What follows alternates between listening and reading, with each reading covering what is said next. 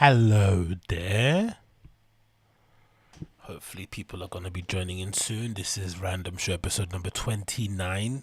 Hopefully you can hear me loud and clear. Everyone out there in the interwebs, it's taken me a while to get this thing started and ready to roll, but hopefully it works now. I don't want to hear any comments in the chat about how dark I look right now. Any comments about my dark appearance and the lack of lighting will get an instant ban. Instant ban for any comments that you can see is my teeth. You get an instant ban. All right, don't want to hear you say it. Don't hear no comments about the color of my skin or how I show up on this camera at all. Don't try me. I'm in a bad mood, man. United flipping lost, away from home to flipping Everton. Like it's not a good time to be a casino right now. So hopefully no one's here gonna be trolling the kid. Please, for the love of God, Yo, what's good, everybody? Big up Eric C, big up James Sparrow. Hope you guys are good. Let's get some more people rolling in here. It's been a while since I've been able to stream, but I finally managed to get my settings right on my MacBook. So hopefully we'll do a bit more of these. Eric, go and fuck yourself, mate. Honestly, I'm being as kind as I can, but go away. Leave me alone. Let me cry in peace, man. I'm absolutely gutted. Should have let Ollie finish the year out. Nah. To be fair, I think with Ollie, as much as I wasn't a big fan of his and I never wanted him to get a job, it was getting too toxic around him. Yeah, I mean, that appointment was too toxic. He needed to go and needed to go.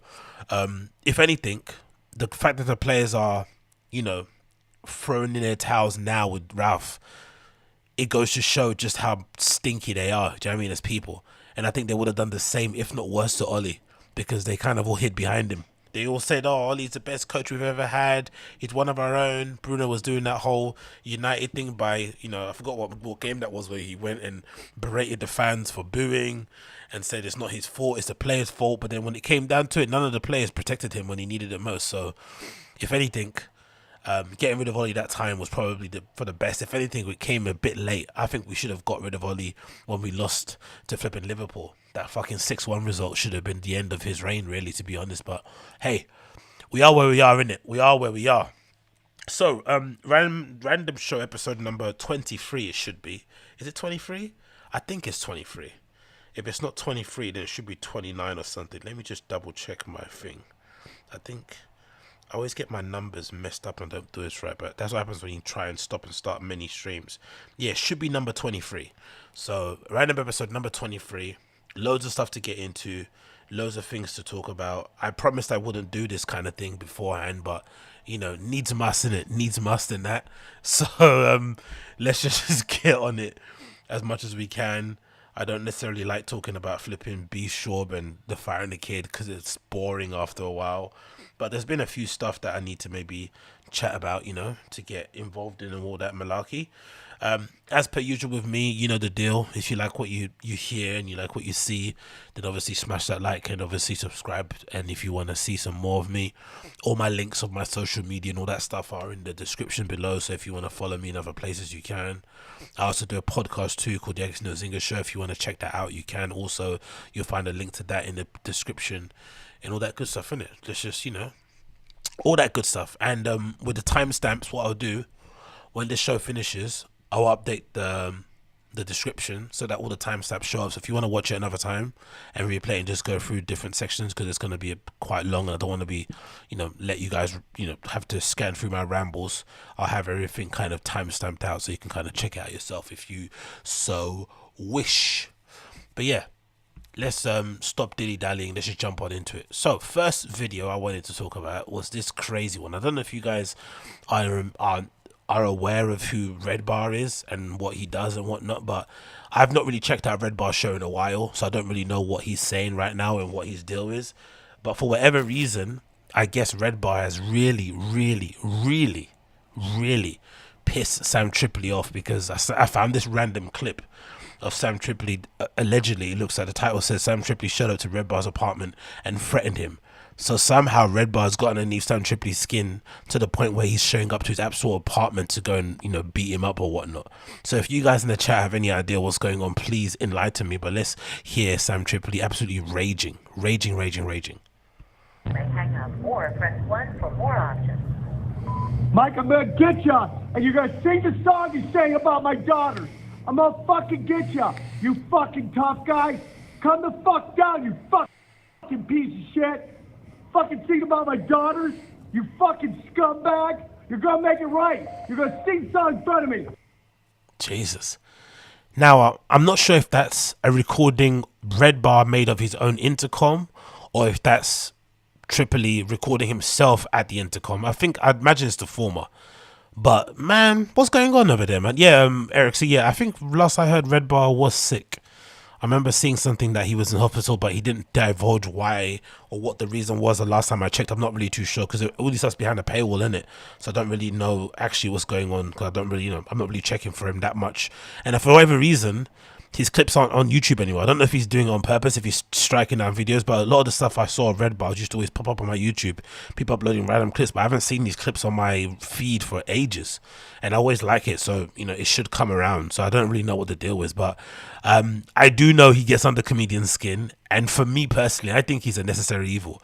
I really do think so. As much as I love Rogan and as much as I love that whole LA comedy scene and those guys, I do think sometimes when they start flipping, sucking themselves off, it gets really, really cringe.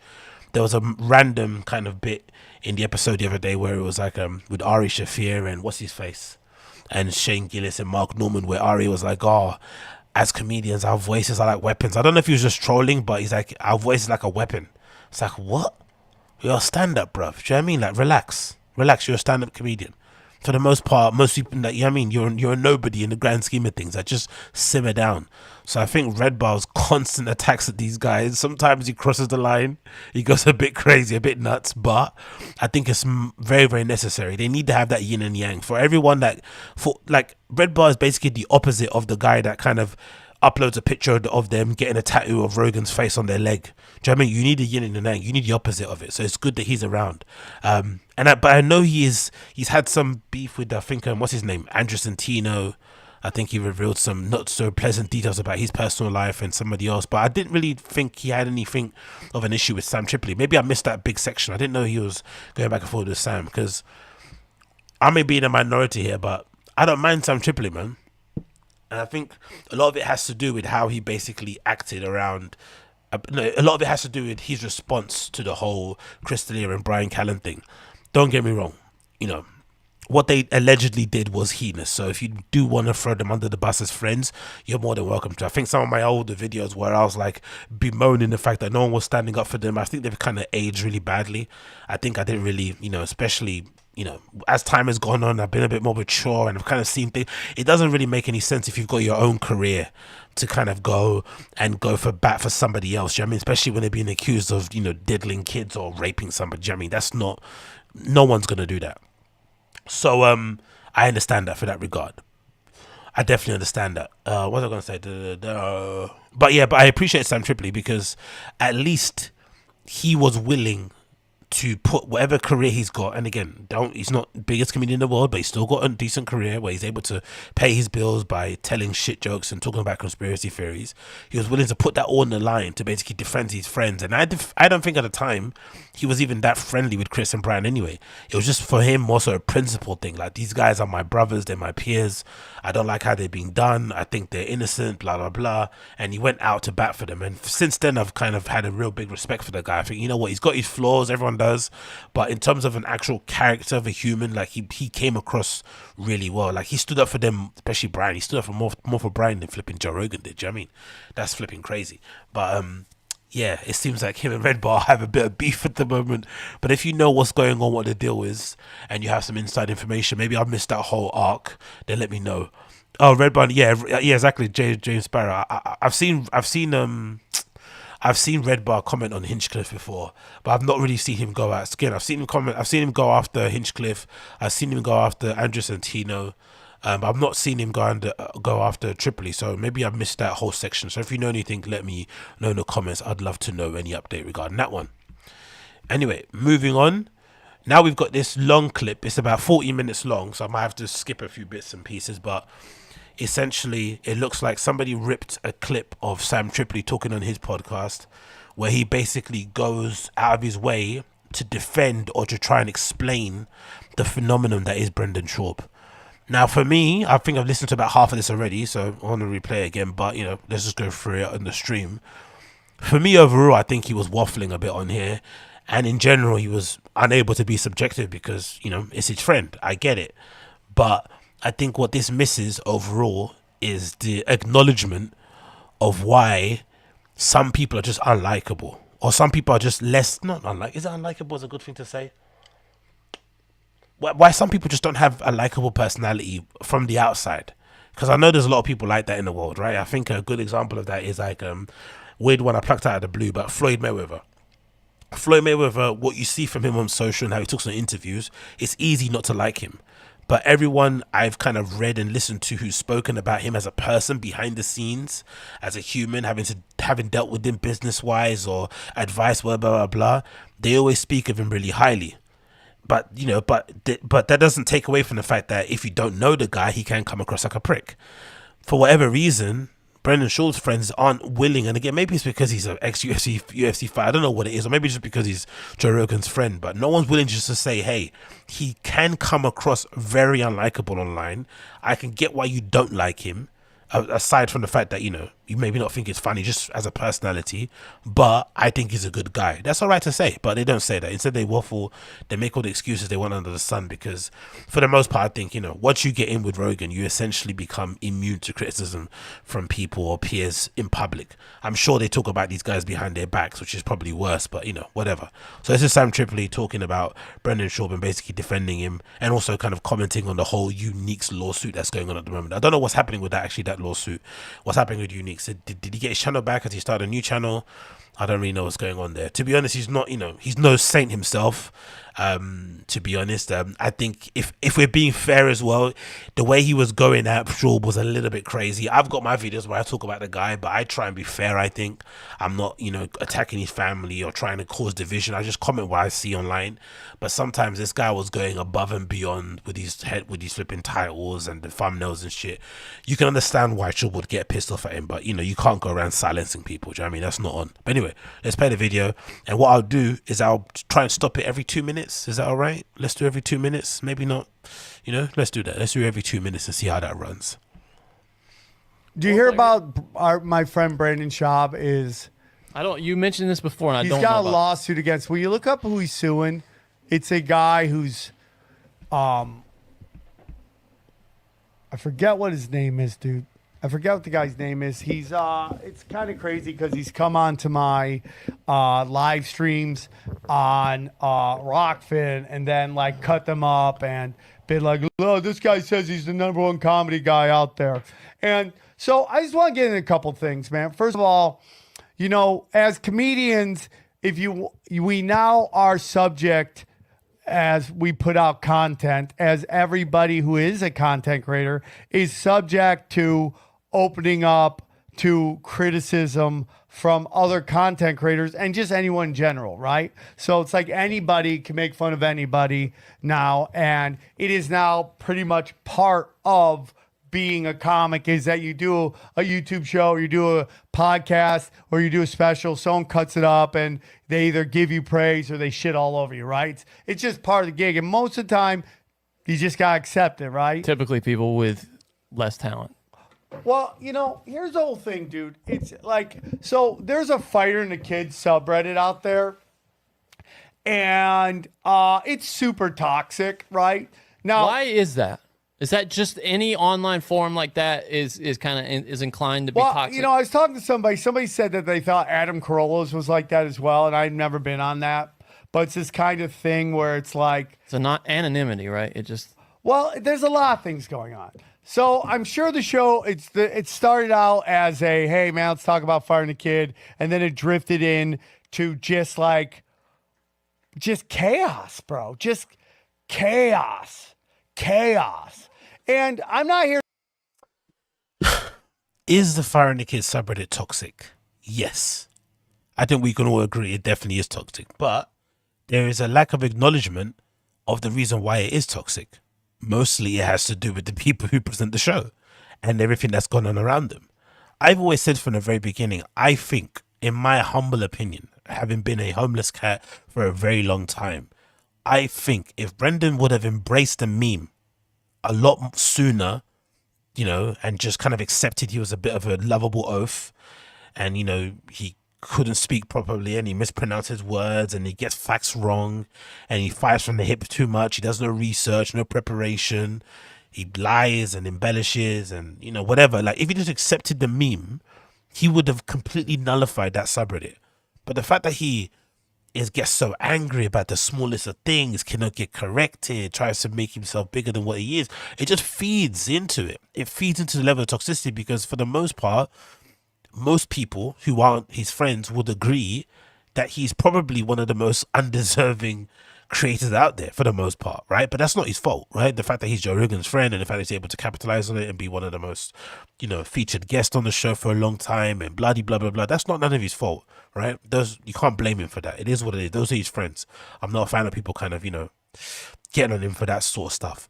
But let's acknowledge the fact that if he wasn't Joe Rogan's friend, he wouldn't be the person that he is now at the moment. That's just a simple fact, isn't it? The guy gave him an absolute boost in terms of his career. But for whatever reason, that's something that you're not allowed to say or not allowed to acknowledge for the most part.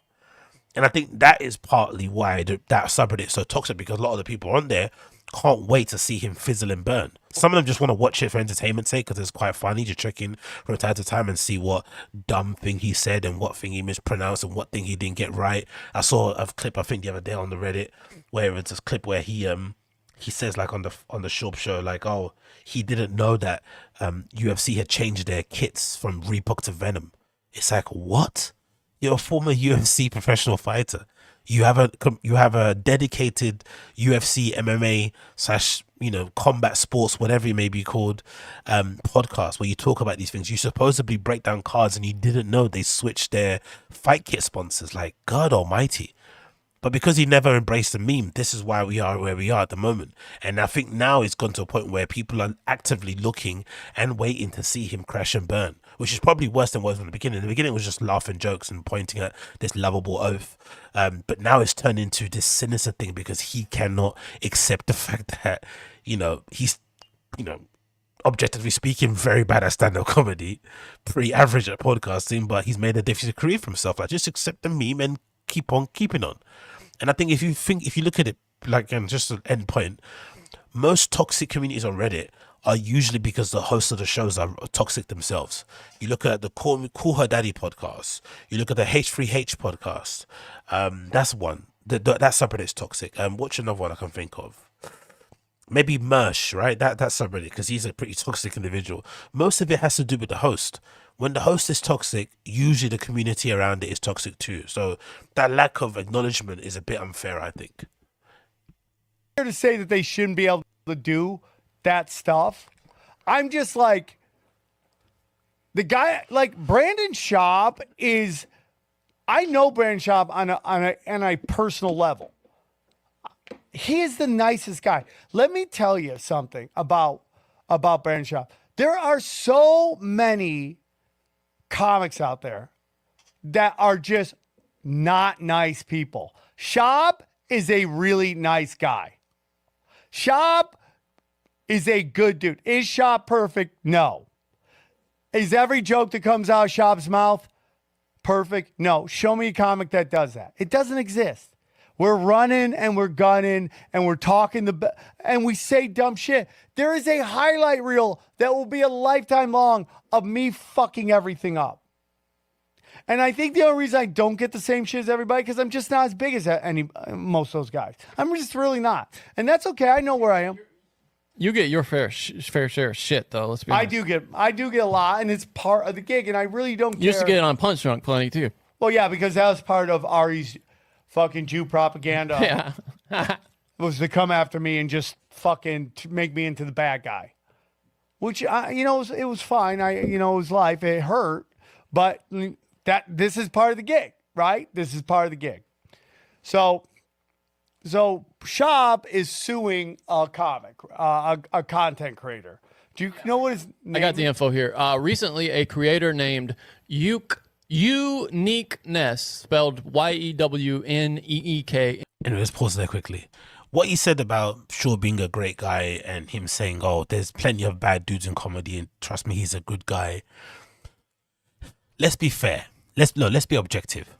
It's difficult to kind of take on board Sam Tripoli's kind of character assessment of anyone, because he's the same guy that went to bat for Chris D'Elia and Bryan Callen, two people that were accused of some pretty heinous crimes.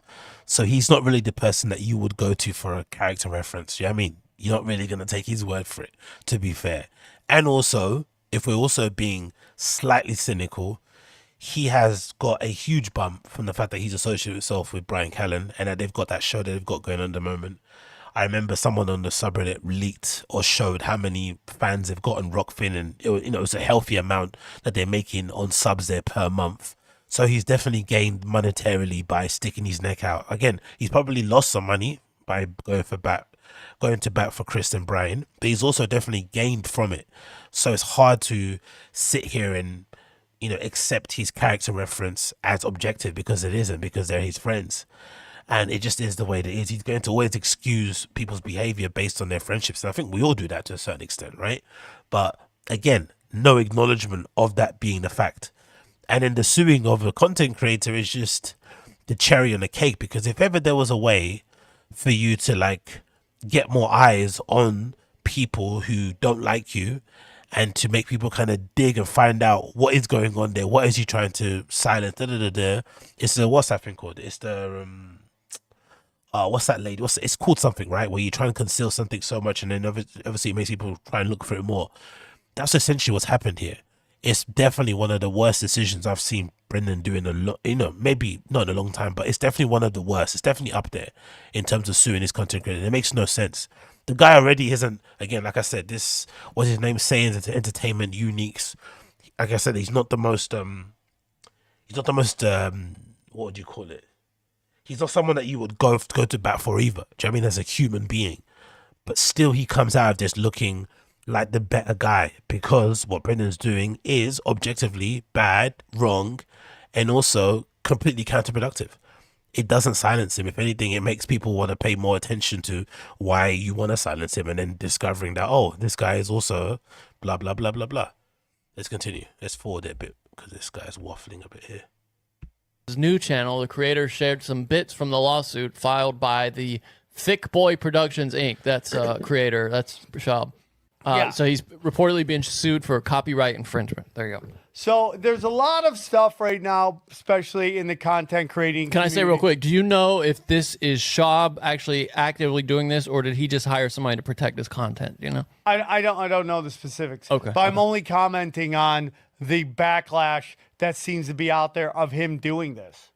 Okay. And again, you're allowed to take our content and chop it up and make fun of us. And do all Well, that. yeah, you kind of, I mean, you are if you're okay with it, but legally it is copyright infringement if you take Well, someone I'm else's gonna work get and into profit this on it. guy real quick, which I don't. Again, it's like I'm not a hater, dude. I mean, this guy's come on to my live streams and tip me some stuff and then try to engage on me. I was doing the So not a bad guy is what you're saying? what? Is he not a bad guy? Is that what you're trying to say? Well, I mean, like I'm gonna get into that. Okay, we got Ryan downstairs, and we can bring him up. Yeah, He's bring him not, up. He's on foot, so he's Oh just yeah, waiting bring him up downstairs. and have him sit right there because I want to finish this conversation. Okay. Fast forward a On bit. my live streams on Rockfin, he has had stories involving people in my life, personal stuff. Now, I'm really I'm an open book. I get beat like a piñata forever. Like I get that I'm super tweaky. They'll cut me up they'll cut up me making the tweaky faces, or my foot can't stop, or whatever craziness. Okay, it's another 2 minutes. When it comes to what did he say there? I just fucking forgot. It's just waffling in it for the most part. What did he say there about uniques? Oh, that's the thing I was gonna say. It seems like for most of these people, they can't. How do you describe it? They can't. These comedians are weird. It seems like unless you're praising them, unless you're willing to get on your knees and do the business, they don't want you to comment or to make anything disparaging. It doesn't exist in their world. If it's not unabashed praise, then it's trolls and it's haters and all this nonsense, which I don't understand, which is why I think the universe has given us Redbar, because these guys are unable or unwilling to accept that there might be some people out there, for as many people who are as dedicated fans, there might be people out there who dedicate their lives to just shitting on them. Is it annoying? Is it frustrating? Of course. But it's the nature of the beast. And I think the more you try to suppress it, the more you try to silence it, the more you try to take people's ability to maybe share whatever they're into, content, whatever it may be, it just makes it worse. It really does. I don't think it helps the situation whatsoever. I think the fact that these guys are so sensitive, I think, is why these people exist. Probably why I exist in the first place. Again, I'm a good example because I was an actual fan of the Friday Kid. I started off being a hardcore fan of the show. I'd never missed one episode. I loved the dynamic between Bryan, Callen, and Brendan Schaub. And then suddenly, over time, Brendan started getting too big for his britches, or maybe he started to let the fame and the money and success get to his head, and he changed as a person, and he just became unlikable. It just is what it is. It's not a problem. It's not his fault. It just is what it is. Some fans stuck around and kept watching the content. I ducked out, and then when I ducked out, I found the Kid subreddit, and the rest is history.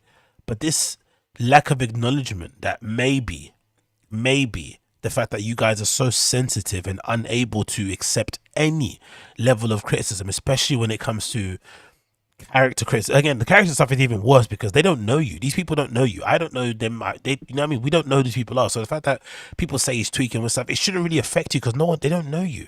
It's probably worse when somebody critiques your comedy and says, "Oh, this bit was shit. This special was, poor. You lit it terribly. Why did you put it on this place?" Like, that's probably worse. But the fact that they criticize your character, who cares? Who fucking cares? They don't know who you are.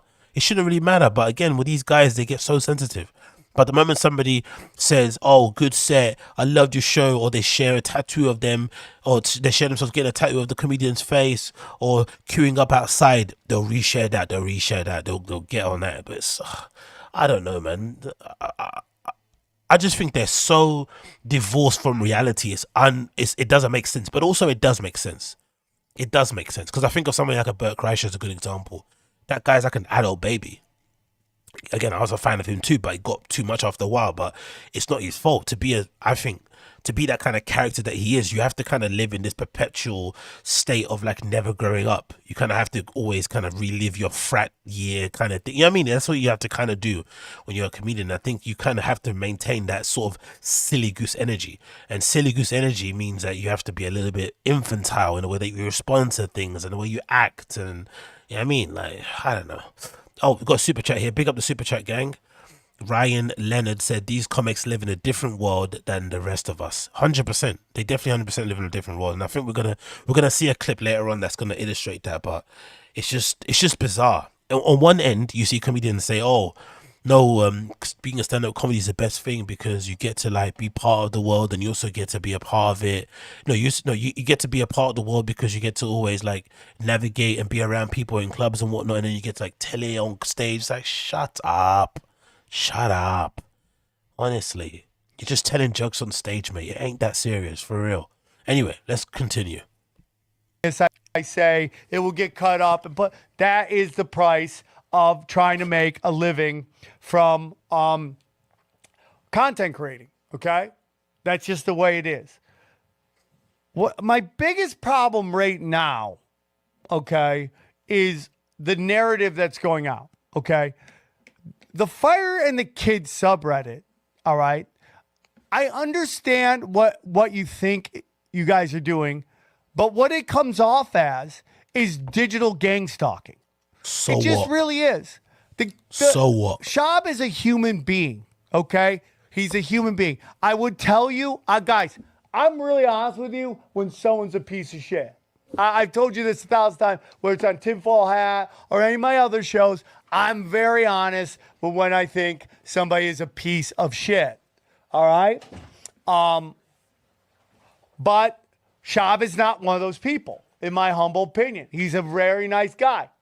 There's this whole talk about him and his personal relationship. I don't get into people's relationships. I met his wife. She's a wonderful person, very nice. I do not get into people's personal life because I'm not there. All right? So I'm getting, they lie, you guys. You like to get involved with that drama. This guy, so the whole uniqueness, and now bring in our guest. I just kind of want to get this across. So uniqueness is kind of doing this like, I'm just a content creator. And a lot of people on the internet have taken to supporting him. And their whole thing is like, oh, Schaub is going after this guy because he makes fun of his comedy. And I'm like, Schaub gets a lot of shit from people because he's done very well very quickly, right? Like Joe Rogan loves him. Joe Rogan is the golden ticket. And if I think like Schaub has been on the Rogan Experience more than anyone else. So if you anyway, he's waffling. I'm gonna end up switching this because it's just fucking getting annoying hearing this man. And I got time. I got a lot of time for him, but this is definitely one of his blind spots. Basically, from what we've basically been able to hear, it sounds like all of the attacks and the memes and the videos and the compilations and the clips are starting to get to Schaub. Even though he says he doesn't touch social media, he just posts and ghosts, it's clearly affecting him to the point where he is now by proxy getting all these different people to come out and start kind of defend his honor, right, without him saying anything. So you got BGL doing it, Big Gay Lion, you got Sam Tripoli doing it, Brian Callen doing it in a weird way, Eric Griffin doing it in a weird way. Everyone is kind of like trying to fight his battle. Shrimp, barking at the moon here and there. Like everyone's trying their bit to basically, make sure the cash cow's looked after, which I understand and I get and I respect. Kudos. But like I said before, the lack of acknowledgement that maybe in some way your personality has played into the fact that people are responding you to this way is really annoying. A good example is that clip of him hunchback grabbing both of his hamstrings. If you were on the Fire and the Kids subreddit, before when Chappelle was he basically offered to race Brendan and said, hey, I'm really fast. I think I can beat you in a race. Before that happened, before the race actually happened, people on the subreddit accurately guessed that more likely than not, Schaub would lose, and in an effort to protect his ego, he would pretend like he got injured or something. People said that before the race happened. It got delayed, I think, a couple of times. It didn't happen. The race happens, and the guy pretends to pull up like he pulled his hamstrings, and then he carries on hopping, skipping, bending over, and then you see Brian Callen kind of looking sheepishly, walking over to him because then Chappelle obviously won the race. But his ego is so fragile, he can't even just lose a race in the car park, like in the parking lot. Who cares? It wasn't even 100 meters. It was like 50 yards. Who gives a shit? You lost a fucking foot race to your friend that you do fucking podcasts with. Who gives a shit?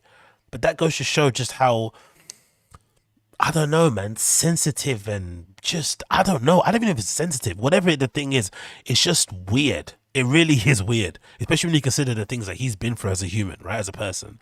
The fact that, okay, he didn't make it in the NFL, but he still had to go through camp and do all that stuff, Like, had a lot of ups and downs in his life, in comedy, with fighting and shit. You would imagine he'd have a little bit more steel. He'd have a little bit more ability to kind of just, like, weather the blows and just accept his part and parcel of the job. Instead, he's out here trying to sue people, trying to get, not trying to, he got that guy's flipping channel deleted. Like, you're taking food off his plate. What? Because you don't like the videos he's making about you, making fun of you. Maybe stop being an absolute knob online, innit? Like, it's not difficult. Like, God almighty, man. It's just like, either you accept the meme, embrace it to some sort, yeah, or to some sort, whatever that word is, or you just chalk it up to being part of the game. I'm going to get praise, I'm going to get some hate, and just keep it moving. I don't understand these guys. And again, he's the one that goes on and says, oh, I don't read anything. I'm not on the comments, blah, blah, blah, blah, blah. I just post and ghost. Yeah, sure you post and ghost. But anyway, I'm going to move on from that because Sam Tripoli's waffling and I get it because he has to protect his, his cash cow. But that's kind of giving you an overview of Sam Tripoli's point of view. He doesn't get it. Brendan Schaub was a human being, allegedly.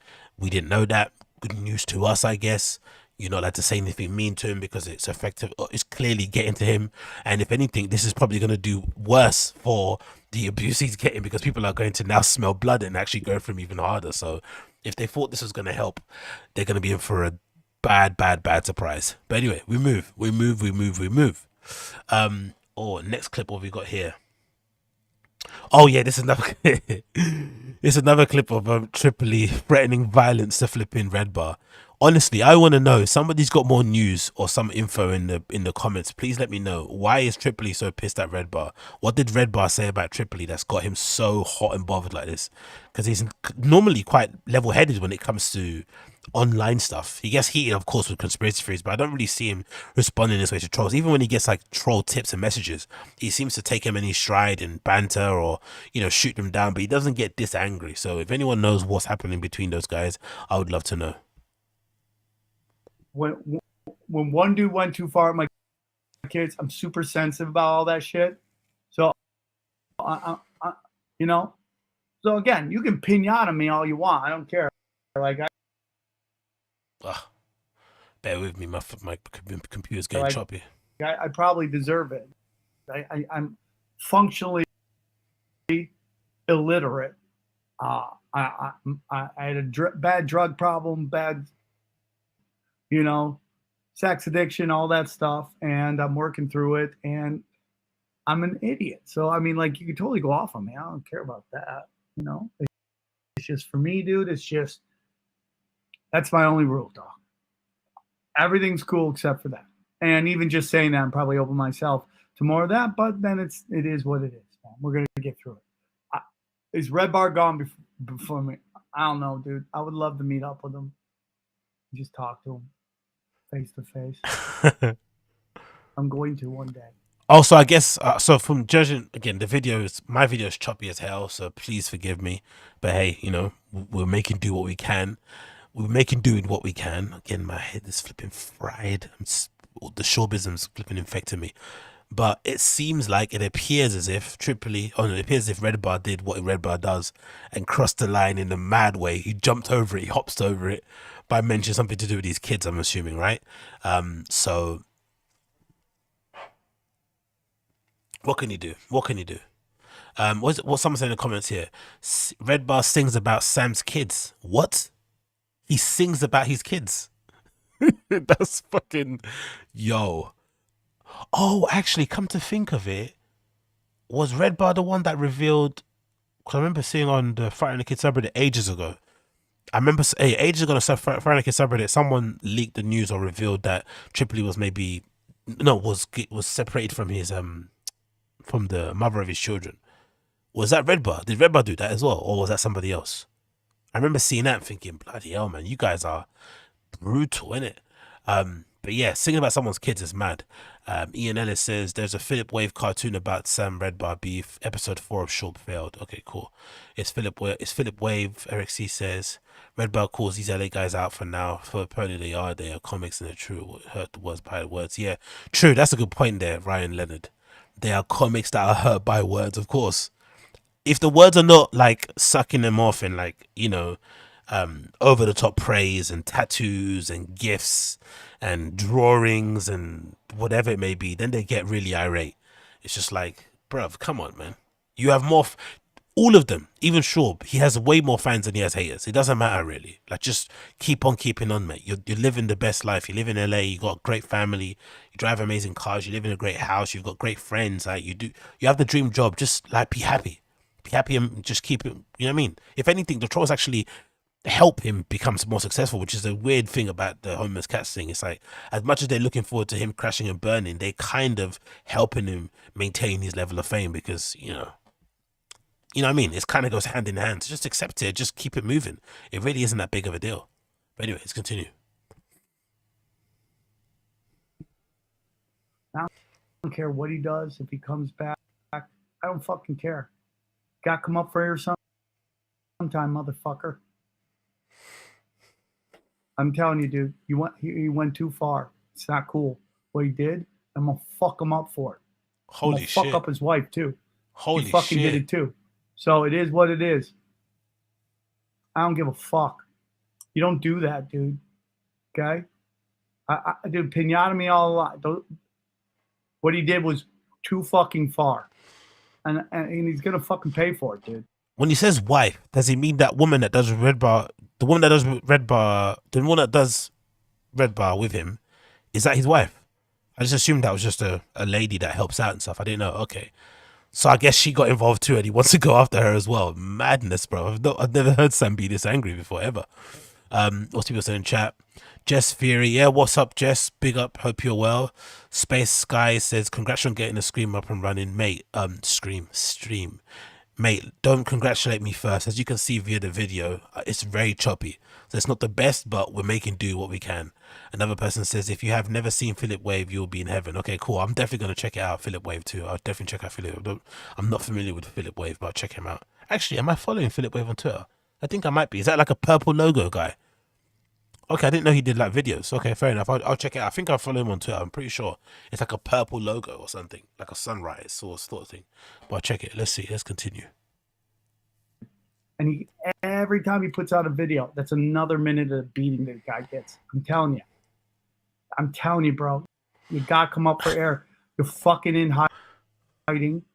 You're fucking you've done a million different ghost address so people can't fucking find you. Okay? You gotta come up for air sometime, motherfucker. I don't care how old we are, dude. What you did to my family is fucking not cool. And you could cut this up and put it on the Redbar thing, and they can all come here. They're just adding to it, dude. They're just adding to it. You're gonna come up for air, dog. You're gonna come up for air. Holy shit, man. Holy shit. Sam wants all the smoke with Redbar, all the smoke. And I wonder if he's on it as well. I'd imagine he's not. I'd imagine he's like Star. Remember Star from the hip hop radio days, Hot 97 radio personality. He's the guy that like he's aggressive with the trolling when it comes to people getting people online. But then he always warns people. He says, "Hey, if you ever step to me, I've got a gun and I'm gonna shoot you." He's not about the fighting thing. He's not gonna pull up to a park and shoot a fair one. He's like, no. If you try to catch me slipping, I'm gonna kill you. So I think Redbar's probably the same type of guy. If you try to step to him, he's probably either gonna kill you or call the police. You know what I mean? And go. And he would imagine if someone laid their hands on Redbar, he would revel in somebody laying their hands on him. He would sue you for everything you have and make much more on his end of it, you know, chopping up the content and commenting on it in real time. Like it'll be a bad move. But again, like I said, that's why he's so important though, man. One person is like making all these guys so shaky, and it's like, relax. It's not that serious, bro. Relax, honestly. But you know, what can you do? I'm gonna put this down quickly to 3,000 and see if that helps, because it's being mad choppy right now. And I want to watch more videos, but hopefully it doesn't continue chopping. What people are saying in the chat. Ryan, oh yes, and Redbar's wife is like 20 years younger than him. Okay, cool. I didn't know that. I'm not really too bothered about that age thing. I just didn't know that was his wife. I just assumed that was like you know, a producer or something. I didn't know they were together. But it makes sense though, because they have quite good banter, so it makes sense that they're on that vibe. No hater though. Some of Redbar's from Chicago, so you know he's packing. Yeah, true. And also the fact that he's from Chicago makes it also impossible that people are gonna bump into him. If he was in LA, he definitely would have crossed paths with somebody by now. But the fact that he's in Chicago, you're not gonna really see him, I think, for the most part. Unless you go there to do comedy, you're not gonna randomly bump into him or whatnot. Do you know what I mean? And he doesn't seem like somebody that maybe, you know, even goes to comedy clubs anyway, because he hates those guys so much. So it's a perfect gig. Someone said Sam went to Redbar's house. It's a flip. Well, yeah, I just played the clip earlier, Ian ELS, of him talking to the intercom, ranting and raving and leaving an angry message on it, which is, you know, the opposite of gangster, really, to be fair. Do you know what I mean? If anything, he should have kept going there until he saw him, instead of posting the video up that I've been there. Do you know what I mean? But hey, Eric C says the Friday Kid Reddit is 6,000. Yep, congratulations to them. The best subreddit in the world. I have to really agree with that. Even though it's toxic, it's the best one in the world. I don't care. Super entertaining. And yeah, it is what it is, isn't it? What can you do? What can you do? Let's continue. So next on the list here, what else do we have wanting to talk about? Yeah, this is a good one. This is a random clip. So this is a clip courtesy of the Joe Rogan podcast, and I hope they won't strike me down for playing it. But essentially, it's what are they called? It's called, I think, Save Our Parks, isn't it? It's Ari Shaffir, Shane Gillis, and Mark Normand. They now become basically Joe Rogan's new version of Eddie Bravo, Bryan, Callen, and Brendan Schaub, right? They've kind of taken over in that regard. Well, not taken over. That's kind of who he's kind of replaced them with, I think, for the most part. Maybe because he's moved to Texas, who knows? But it feels like there's a changing of the guard somewhat. But they do kind of vibe off each other really well. I do enjoy these shows. And I also think, in general, Ari, even though he divides opinion, Ari does really bring out the best in Joe because he's kind of tries to treat him like a human being and doesn't sort of like look up to him like as a flipping idol like everyone else does, and the rest of them kind of bounce off it as well, so it kind of turns into one of the chillest kind of shows you can watch. And also because of all this stuff that been going on with Rogan, especially when it comes to ivermectin and COVID and all this nonsense, it's always a nice respite to have these guys speak and just chill out and shit, because they don't necessarily get into that political stuff. They try and be funny. They bring up crazy videos, talk about crazy stories. It just kind of reminds you of the old kind of days. So if you're longing for the old days of Rogan, right, the pre-Spotify days, I think this show is probably the best example of it. Similar to like Duncan Trussell, you know what I mean? Similar to Duncan Trussell. So let's go. Let's play this clip. This is Joe Rogan and them, and essentially it's him going out of his way to ignore the fact that Ari Shaffir brought up Bryan, Callen, and Chris D'Elia's names, which I find really, really weird. So let's play the clip quickly. With the Louis C.K. thing, like there was, for sure, there was a whole movement trying to move the ladder. You know, whatever your spot was on the ladder, right, to there get was up guys ahead. trying to move to get ahead and trying to push a lot of these toxic men. It happened with D'Elia and Callen. They're like, sweet, more Yes. spots for us. I saw it from the store comics. There's They're a- like, sweet, more spots for us. There was also there's a thing about like you move up, and this is what Tim Dillon put on his Instagram. Didn't you guys notice that again? I know it's choppy. Please forgive me. I think maybe my encoding is flipping crazy. I don't know what the hell's going on, but don't you guys think that's really weird? Whenever their names are brought up, he kind of just acts like it didn't happen. Like, he gave him a bit of a look and was like, and didn't even bite. He didn't even try to expound or to talk about it. And I find it strange because for the most part, Joe doesn't shut up about Louis C.K. talking about what happened to him, right? And talking about how he got cancelled and how he tried to come back and the nonsense around that and the fact that it was consensual, blah, blah, blah, blah, blah, blah. But he's kind of willing and open to talk about that as a topic when it comes to cancel culture. But for some reason, he doesn't want to touch the Bryan Callen thing, even though Bryan Callen's his best friend and somebody he's known for like 20 plus years. And of course, Chris D'Elia is somebody that's kind of like a mainstay at the Comedy Store when he was there as well, and somebody that was kind of looked at as the great new stand-up and someone that was killing all the time. People had really good reviews and impressions of him as a stand-up, and then he went through what he went through. But for some reason, he just doesn't want to talk about Bryan and Chris D'Elia. Now, one theory I have is that maybe because what Chris and Bryan did was actually a crime, he doesn't want to touch it because it's super, you know, it's a bit of a sensitive topic to talk about. And especially when you consider he just signed a deal with Spotify, the last thing that you want after everything, because he's been going through, because, you know, he's been people attempted to cancel Rogan 17 times throughout the pandemic. The last thing you want is just another unwarranted cancel culture train to come hurtling your way. So why not just go on muerto when it comes to talking about on muerto, whatever that fucking thing is, with the mob, refuse to talk about it, and just hope it goes away. And if anything, it's worked. The tactic has worked. Let's not lie. When it was red hot, he avoided it like the plague. He didn't mention it. When people mentioned it, he acted like he didn't hear it and just kept steamrolling. He's really good at that, by the way, Rogan, when he's on this podcast. He's really good at pretending he doesn't hear what you said and just moving on.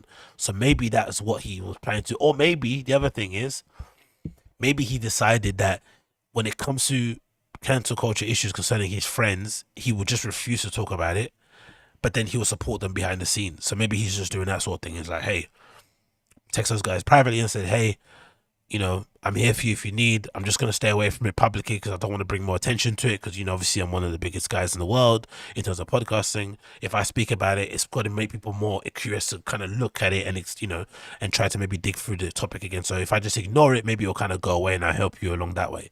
Maybe. But I don't know, man. I find it really strange. I really do find it odd. Very, very, very, very odd.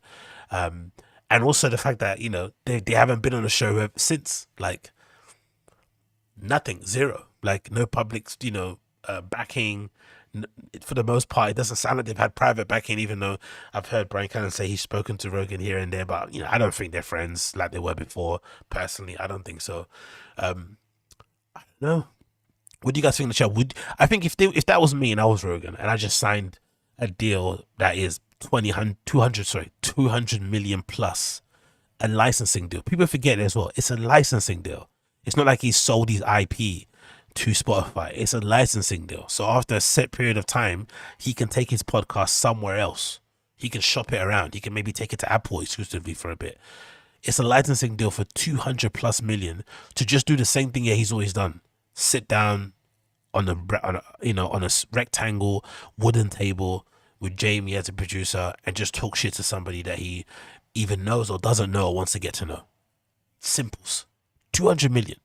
Wouldn't you maybe decide to just ignore your friends who are going through a very troubling time and they're faced with some serious accusations? Because it'd be one thing if they were like getting cancelled for a joke. That maybe it'll look really lame on Rogan for not talking about them and not kind of protecting them.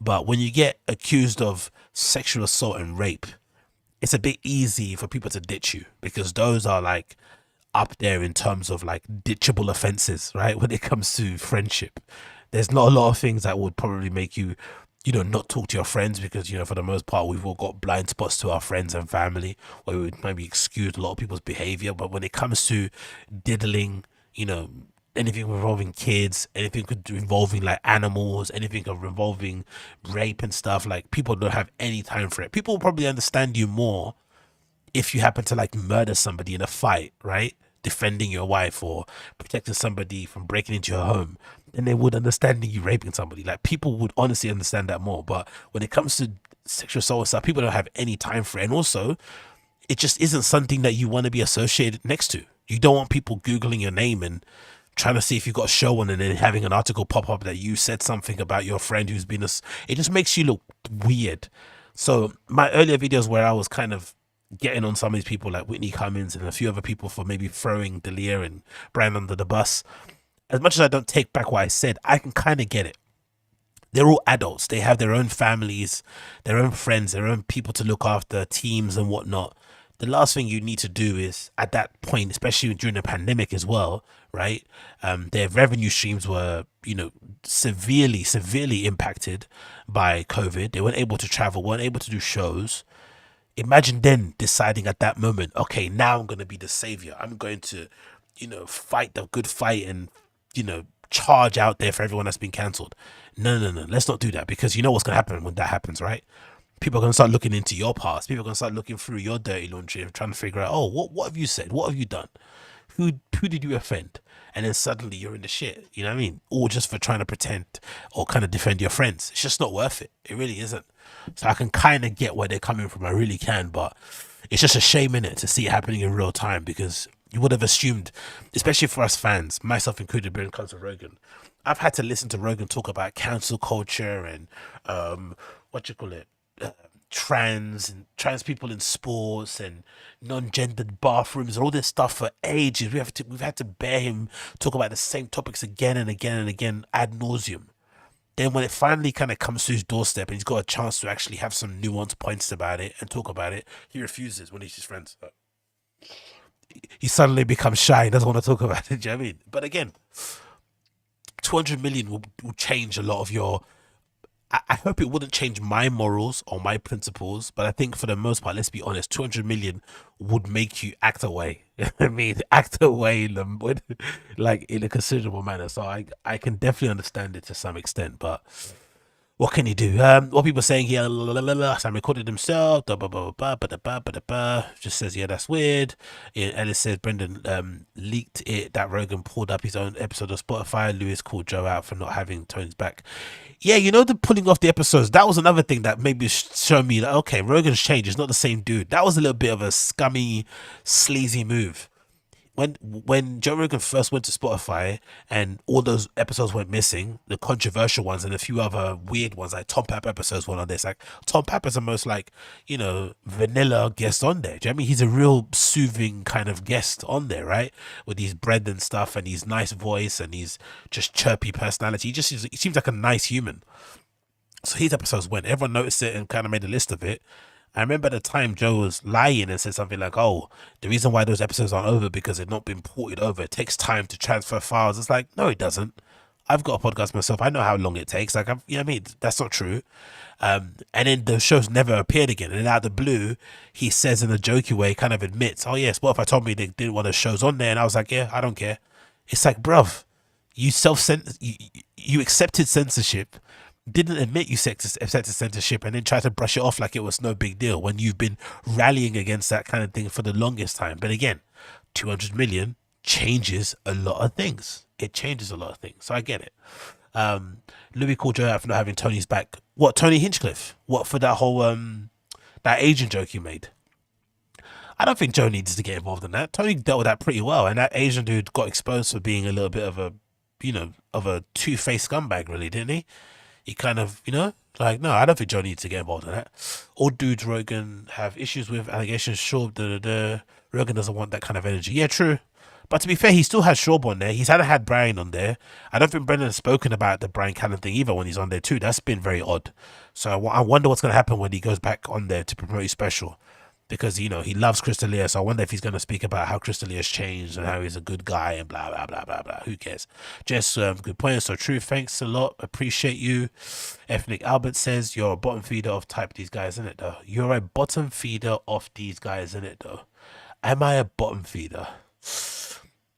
I wouldn't say I'm a bottom feeder, but I'm saying I'm a feeder of some sorts, maybe. Maybe I'm a feeder of some sorts. But it's content that I generally consume anyway. When it comes, you know, I see this stuff a similar way that you would see watching an episode of Ozarks or Narcos.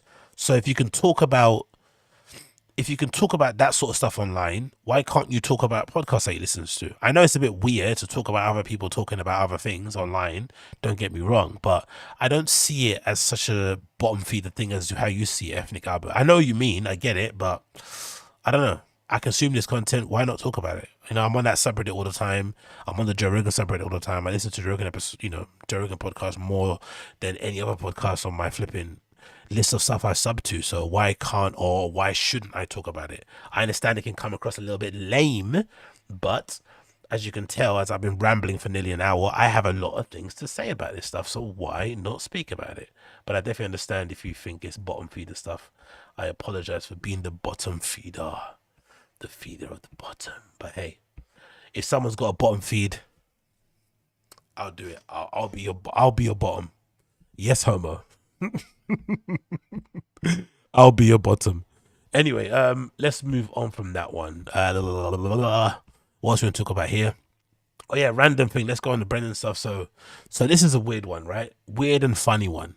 So obviously, again, I don't know much about the business of stand-up. I don't know, you know, I watch specials when I watch them. I mostly listen to comedians via their podcasts. I find a lot of them are mostly funny on their podcast and not that funny on stage. It's just one of those things. Or maybe because you get used to their style of comedy on the podcast, and then when you listen to them on stage, it doesn't vibe as much.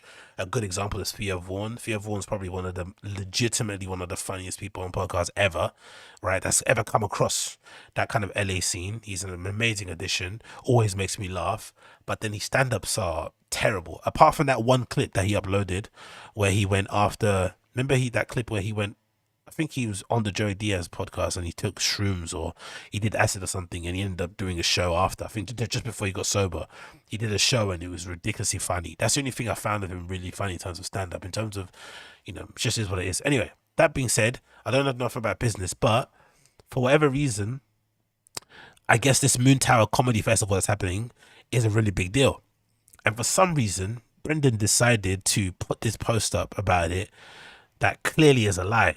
And I just don't get why you would lie about something like this, because the fact that he's on the lineup anyway is a big win, right? Considering all the names on there.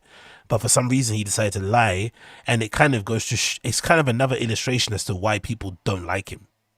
Forget the don't like his comedy, they think he's undeserving of his success, blah blah blah. Just this unnecessary stuff just doesn't make sense. So this is the caption. It says, "Turning 39 today. This made my day. Years ago, I was invited to the Moontower Comedy Festival and I didn't even have my name on the poster. It just said, quote unquote, fighter. Excited to announce I'll be headliners for this year's Moontower Comedy Festival in Austin, Texas, April 22nd to the 23rd. And he says it there. I'll be headliners, which is, Schaub language, but basically saying that I'll be a headliner at this year's Moontower Comedy Festival, which at first didn't make any sense to anyone with common sense. It wouldn't make any sense at all, because how is he headlining a huge comedy festival when he's not that well known in stand up and there's other names that are bigger than him, blah blah blah. It doesn't make any sense, especially when you consider the other people on the lineup. But then it was blatantly a lie. That's the thing that's really weird. It's just blatantly a lie. It doesn't make sense why you would lie about something like this, because the fact that he's on the lineup anyway is a win in itself. And then if you see the next picture, my computer's flipping slow as hell. Hopefully it loads. Come on. The next picture kind of illustrates it, right? This is the breakdown of the list of people that are on there. And what you see on the flyer, right? I'll zoom in a little bit more so you can see it. Is at the top it says just added with the names in yellow. What that means is that those names were just added, right? Just added. It doesn't mean that you're headlining the show. It just means, hey, this is a festival we put on and we've added these names last minute to make it to make this festival more appealing and hopefully get some more tickets sold and whatnot, right? Or maybe get it in front of more people's eyes because you're hoping that, okay, all these comics have really big fan bases, so hopefully people will see and be like, oh shit, that's happening soon, I'm gonna go. But that doesn't mean you're headlining. It doesn't. If anything, headlining would mean the stuff at the bottom in terms of the stuff in bold, and then the smaller it gets, there's probably guys that are just supporting. But it shouldn't matter really, because this is still a win. The fact that you're on this lineup should be a win in itself. That's a great thing, that you're alongside, Tim Dillon, Neil Brennan, Matteo Lane, who I'm a big fan of. I really think he's funny. Big J. Okerson, Dan Soda, Dion Cole, Mark Maron, Mark Norman. These are fucking killer people. Killer people. But for some reason, he thinks it makes sense, or it's I don't get it. It's just such a weird thing to lie about. You're not headlining. You really are not. But still, he wants to tell this lie. And I think, if anything, this is a really... I'm in two minds about this. If I'm being cynical, I would say this is an illustration of how bad of a human he is. Because if you're willing to lie about something so mundane like this, imagine the things that you are, imagine everything else you get up to behind closed doors. But then the other side of things, I think to myself, self-delusion and maybe faking it till you making it does work, especially if you put the work in. Let's not pretend it doesn't.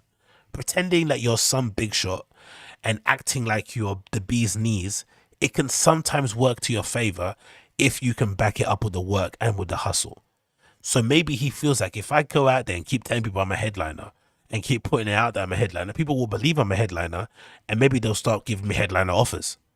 If you act like an opener, you might get treated like an opener. If you act like a headliner, you might get treated like a headliner. You know what I'm kind of saying? So maybe there's some method to his madness. There's some method to his or there's some ingenuity to his flipping duplicity. Maybe there is in it. There is there, but I just don't get it, because being on this lineup is a win in itself, but people are different in that regard.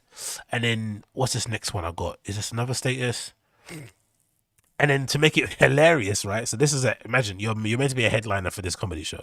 Then there's this other tweet that came out recently where he says the following: Austin, change of plans. You fake savages ain't messing around. We had to change the venue to Paramount Theatre. One night only. Let's go. All previous bought tickets transfers over, so don't stress. Let's go. Hashtag Moontower Comedy Festival. Now, I don't know much about the business of comedy, but it seems like either two things have happened. Either he sold out the first venue that he was meant to play at, and they've oversold tickets and they can't accommodate people, so they're now going to try and book him in a newer space that's bigger, so he can have more people in there. Or he couldn't sell out the smaller venue with more dates, so they're giving him a bigger space with one date. If that's the case, why are you headlining? How can a headliner not be able to sell out multiple dates in a said venue? It doesn't make any sense. So that's the problem with faking it till you make it, because you fake it till you make it, but then the numbers always embarrass you. The bums in seats always embarrass you. And I would imagine, having heard clips, which I don't agree with it, but I see it all the time on flipping the Foreigner Kid subreddit. I'm not really a fan of it, but I see some people, go to his shows and secretly record these clips or his sets and whatnot and upload them. But from what I've heard, he hasn't really improved that much from his first special on Showtime to now. So if that's the case, you are duping people into believing you're a bigger comic than what you are, or that you're better than what you are. Then people are coming to your shows and realizing you're shit. And then, unfortunately, you don't get a second chance at first impression. So you lie to them that you're a big comic by telling them you're a headliner. They buy a ticket, they come to your show, they realize you're shit, and then they don't come again.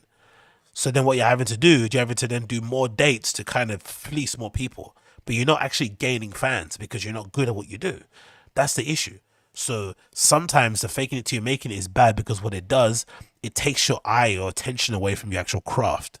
You should be focusing on getting funny, on becoming funnier, on having better material, on, whatever. That's what you should be focusing on more so than who gives a shit if your name's in bold or whatnot. Who cares, really? Who fucking cares? You're still getting paid.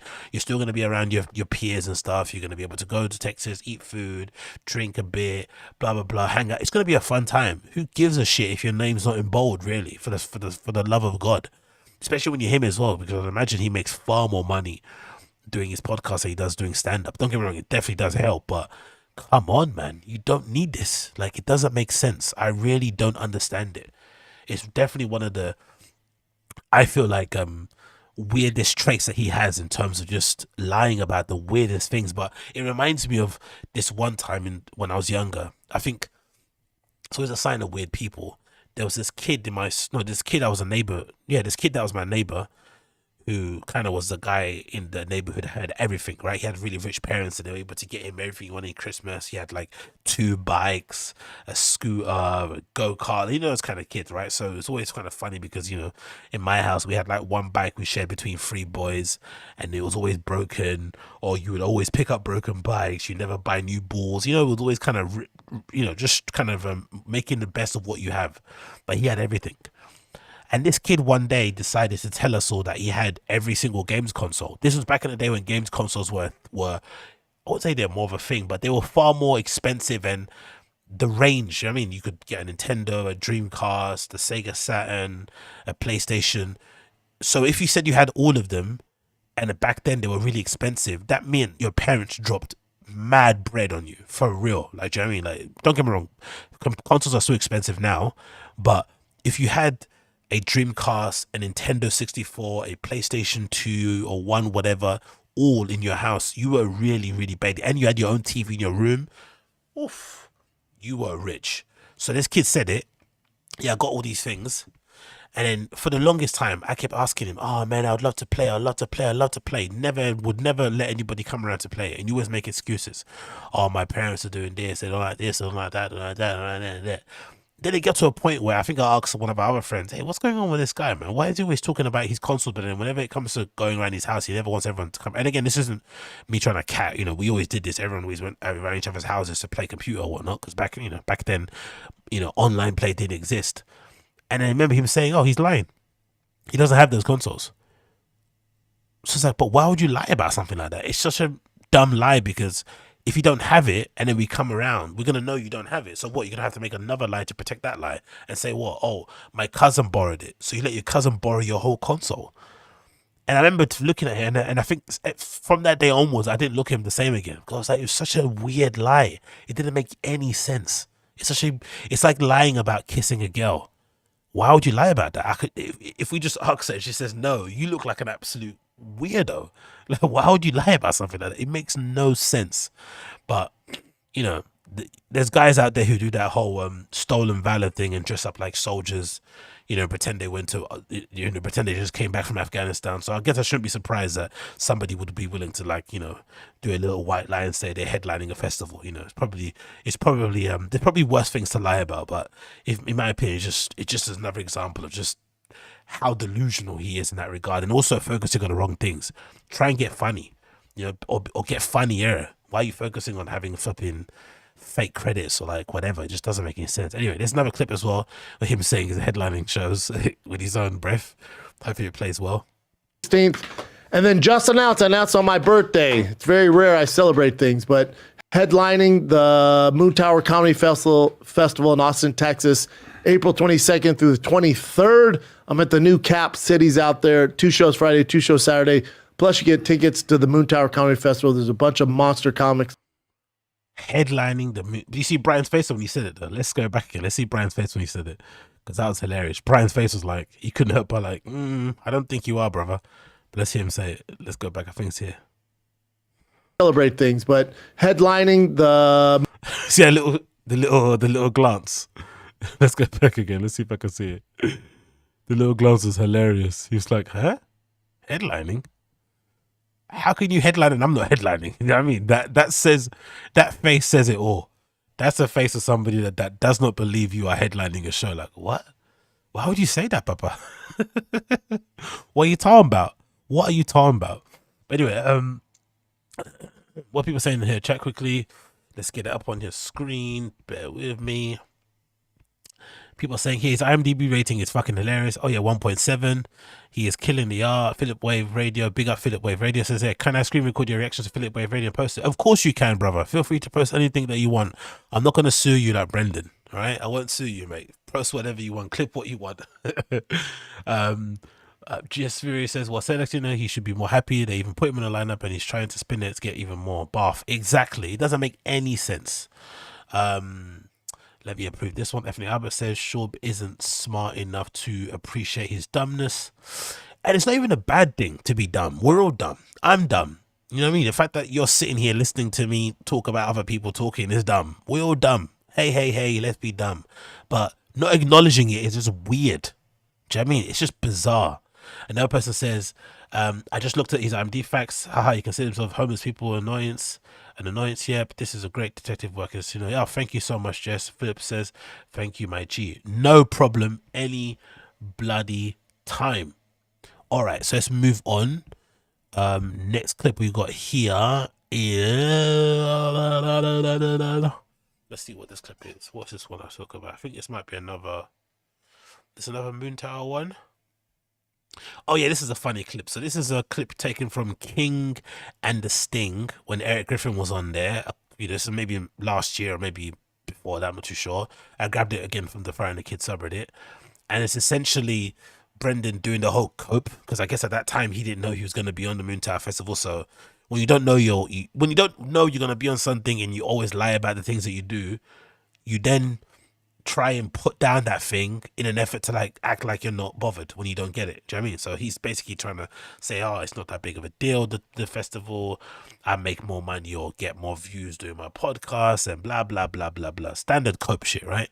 But it's just hilarious considering now he's doing the 360 or the 180 and now saying I'm headlining when you're not headlining, and then here you're saying the festival doesn't really festivals are blockbuster, they do not matter. But yeah, let's hear him cope about the Moontower Festival. Eric, have you been there? I've never been to Moontower, actually. Really? Yeah, I've never been to that one. Moontower's cool. Then Just for Laughs, the big one. Yeah, I've done Just for Laughs. I've been to the what's the big one in Austin? The real one. The real one. I thought it was Moontower's Moontower. the big boy. Yeah, South by South. No, that's a movie. That's music That's and movie. movie. But they isn't always it? have comedy and stuff. Moontower's like just straight. I guess I did go for a TV show, so I get it. Moontower's more fun for. I feel like it's like the most fun comedy festival besides. I've never been to JFL. that one. These comedy things, they always pass me by. The comedy festivals are interesting. The comedy festivals are interesting though because it's like, I mean, I don't even know if you need to do them. I think if you're starting out, or unless you're a huge headliner like Burr or someone, it doesn't make a ton of sense. Why not? Because just financially, it doesn't make a ton of sense. Yeah, if you're newer, I could fly you break into even or you're Austin out. and do my own show and make probably double the money than what the Moontower pay you.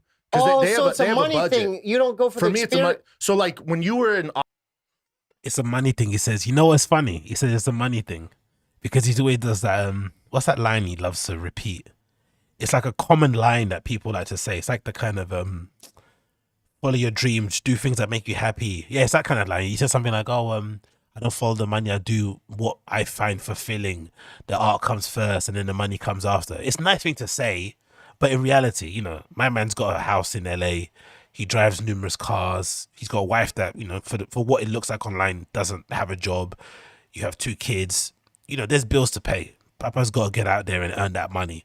So this idea that he kind of says, "Oh, you know, I don't do it for money," is hilarious, because of course you do it for money. Like, it's not a bad thing to do it for money. But then now here, he obviously gets caught out because he's saying, "Why would I go to Moontower and get paid $1,000 when I can do a weekend show somewhere, tour, as comedians like to say, and make, you know, $1,000 per night?" Which I understand. I get the maths behind it, but it's just funny, this lie he keeps telling himself. And I'm sure, because that's the thing with Brendan, that he's funny what he does.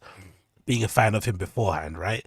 He does that thing where, like, he takes all his talking points from, like, you know, Twitter headlines or people that he finds inspirational, or Rogan, you know, and he just parrots them without even, you know, really thinking much about it or having his own nuanced point of view. So for sure, this is something he's heard from somebody else that's doing great things in content. Like, "Oh yeah, man, chase what you love. I don't chase the money." It's like, all right, mate, all right. Those Ferraris don't pay for themselves. You know what I mean? You got to chase the money at some point. Austin doing Moontower. Yeah. I was literally an hour away doing a theater in San Antonio. That's him just humble. And then you're Yeah, a little bit. quadrupling A your little bit, money. Jessamine. That was him just rubbing his dick in your face. A little His bit. nutsack. Yeah. Well, most the of the taint, comics, the whole yeah. damn thing. Well, I got something to rub in your face later. I have something in my bag for you guys. I have something in my bag. Stevie as well. It's no offense though to maybe some people know. Is Stevie like a little bit redacted for people that know?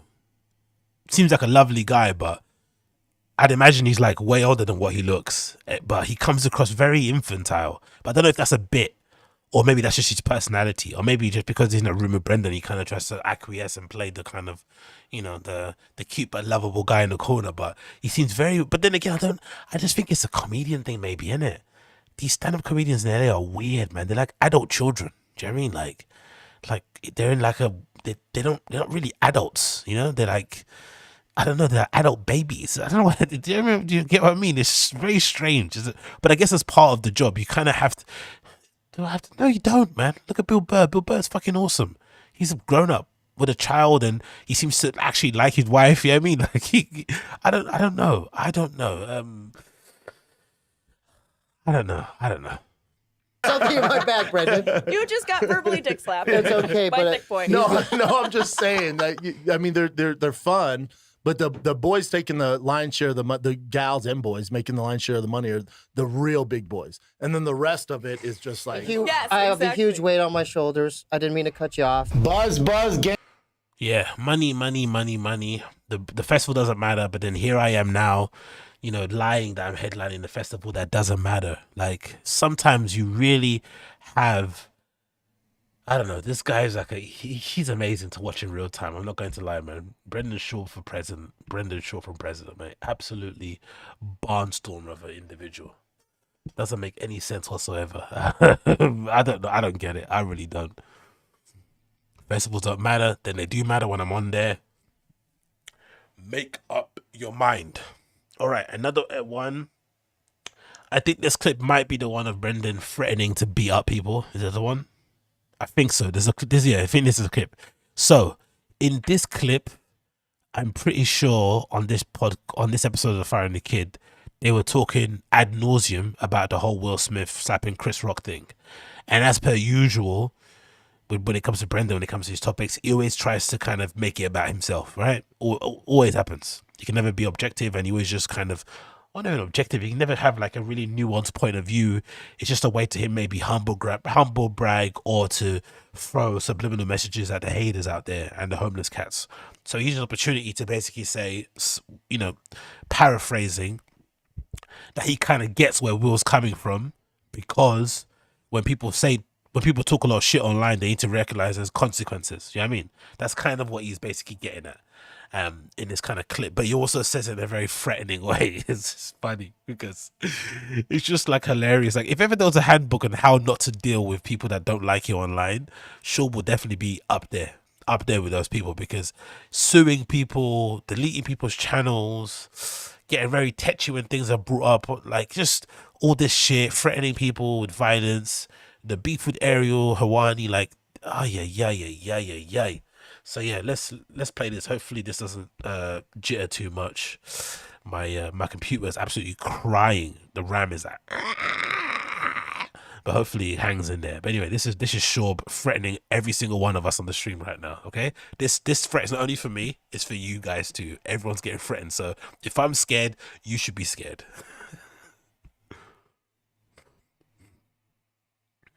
Fucking fair one. But I'm with B on this. Again, I don't think he handled the right way, but there's something like people talk all this shit like haters, right? They will remain unanimous, stuff like this, and unanimous. They remain unanimous, all this stuff. Yo.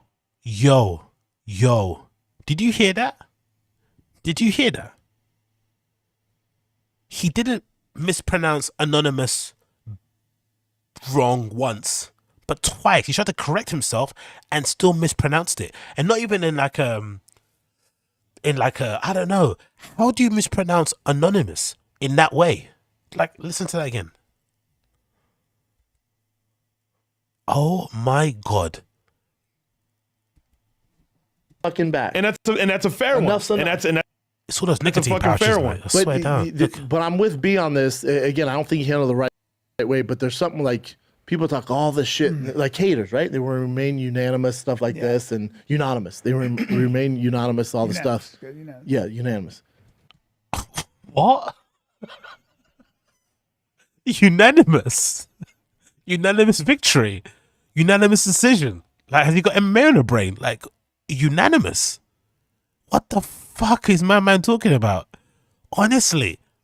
And again, this is the really weird thing about him, because if you're an actual stand-up comedian, you would laugh at yourself and make that the bit and maybe riff on it a little bit, make a t-shirt that says unanimous victor, whatever. You would it'd be a bit of a bit. You'd laugh at yourself, but he's so sensitive that no one can correct him, to the point where maybe it was a couple of years ago, I don't know when it was, there was a random clip that was out there of Bryan Callen basically saying, oh yeah, Brendan's worked on his speech and he's corrected it. He had a speech impediment before, but he's completely gone away. And then obviously Brendan lied and said, yeah, I corrected it. I went to a flipping speech therapist and got it. No, you didn't. You're a liar. You didn't go to no speech therapist. You're lazy. You don't do jack shit, right? When it comes to that sort of stuff. Bruv, like, how does somebody... Let's play it one more time, and I'll let him threaten us. But one more time, I want to hear you. I want you to hear how he says anonymous, because this blows my mind how you can mispronounce it to this extent. Now, again, it may be that he's actually has some sort of learning difficulty, or he has a problem in his speech, which I don't think is true. Because if you watch some old videos of Brendan when he was fighting in the UFC, he was way more eloquent than he is now. I don't know if it's because of CTE or whatever, but I don't even think that's true either, because after he stopped fighting and he was, when he had the slick hair and stuff back in the Fox days, he was always really sharp, really quick on it. So I don't know if CTE can affect, I don't know if CTE is like long COVID where it kind of affects you later down the line, but the way he speaks now is crazy. And this is a guy that takes, nicotine pouches stuffed in his gob. He's vaping now, he's boasting about how many shots of coffee he gets, all this nonsense. And he can't even say the word anonymous. Like, and this is a threat, right? This is a threat. But there's something like people talk all this shit like haters, right? They will remain unanimous, stuff like this, and unanimous. They remain unanimous, all the stuff. Yeah, unanimous. But then when I find out who you are, and I come to your house, keep the same energy. Please keep that same energy. I have a skill set you do not have. And I'm willing to go to the darkest places. That's right. I'm willing to swim in the waters. You're not. Well, you've been in those. This is a weird point to make. Let's just break it down. This is a really weird point to make. Because if you're talking about the Will Smith and Chris Rock slap, that's a different situation, because that's happening in real time in front of the person. So if Brendan was out with his family somewhere and some random homeless cat cycled by or walked by him and said something like, you're a fat-tongued mongoloid or something, right? Or called his wife the Mexican or whatever, said he's redacted. If someone says some profanity in front of him, I'm sure, going to violence would be warranted. That would make sense. It's in front of you, it's happening in real time. Cool. That's basically what happened with the Will Smith and Chris Rock thing, right? Chris Rock said something Will Smith didn't like. He got emotional, slapped him. Obviously the wrong time. Obviously completely unacceptable. Horrible thing to do, clearly, but it happened, whatever. But what he's talking about and with the things that he gets, he's basically saying that he's willing to hunt down people that hate on him online and exact violence on them because they make fun of him online, which makes sense. It's very in brand. It's very on brand because it makes sense with what he's doing with that Uniques guy, right? In terms of suing him and taking him to court because he doesn't like what he said about him online as well. But this is an absolutely batshit crazy thing to say. And if anything, it just emboldens people to go after you more because they know that you're clearly triggered. They know they've got to you. They know that you have a sweet spot. They know that it keeps you up at night, that people aren't, there's 60,000 homeless cats on that subreddit, and there's probably less than 1% people on it that are fans of your actual content. Most of them just want to rib on you and definitely want to see you fizzle out and burn.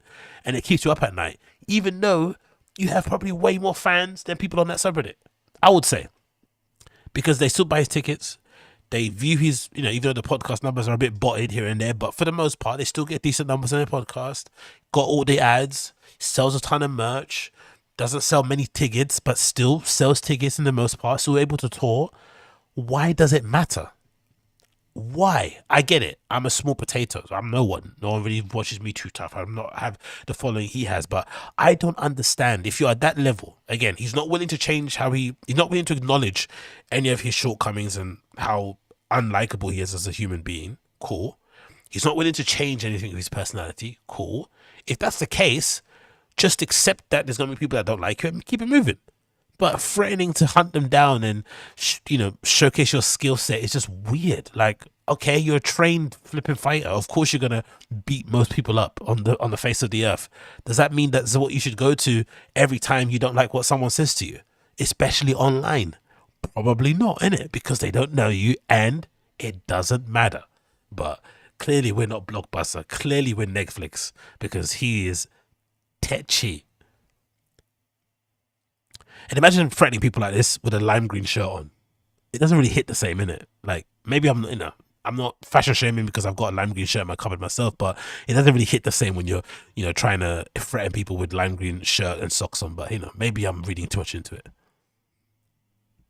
Hold on, my entire career. Been in those waters. Name the water, Papa. No. Name the water. Well, I said that about Name the water. I said that about you because there was some stuff going on, and I said the problem with certain people is that if they get your attention, now that they got your attention, your knee's not coming off their fucking.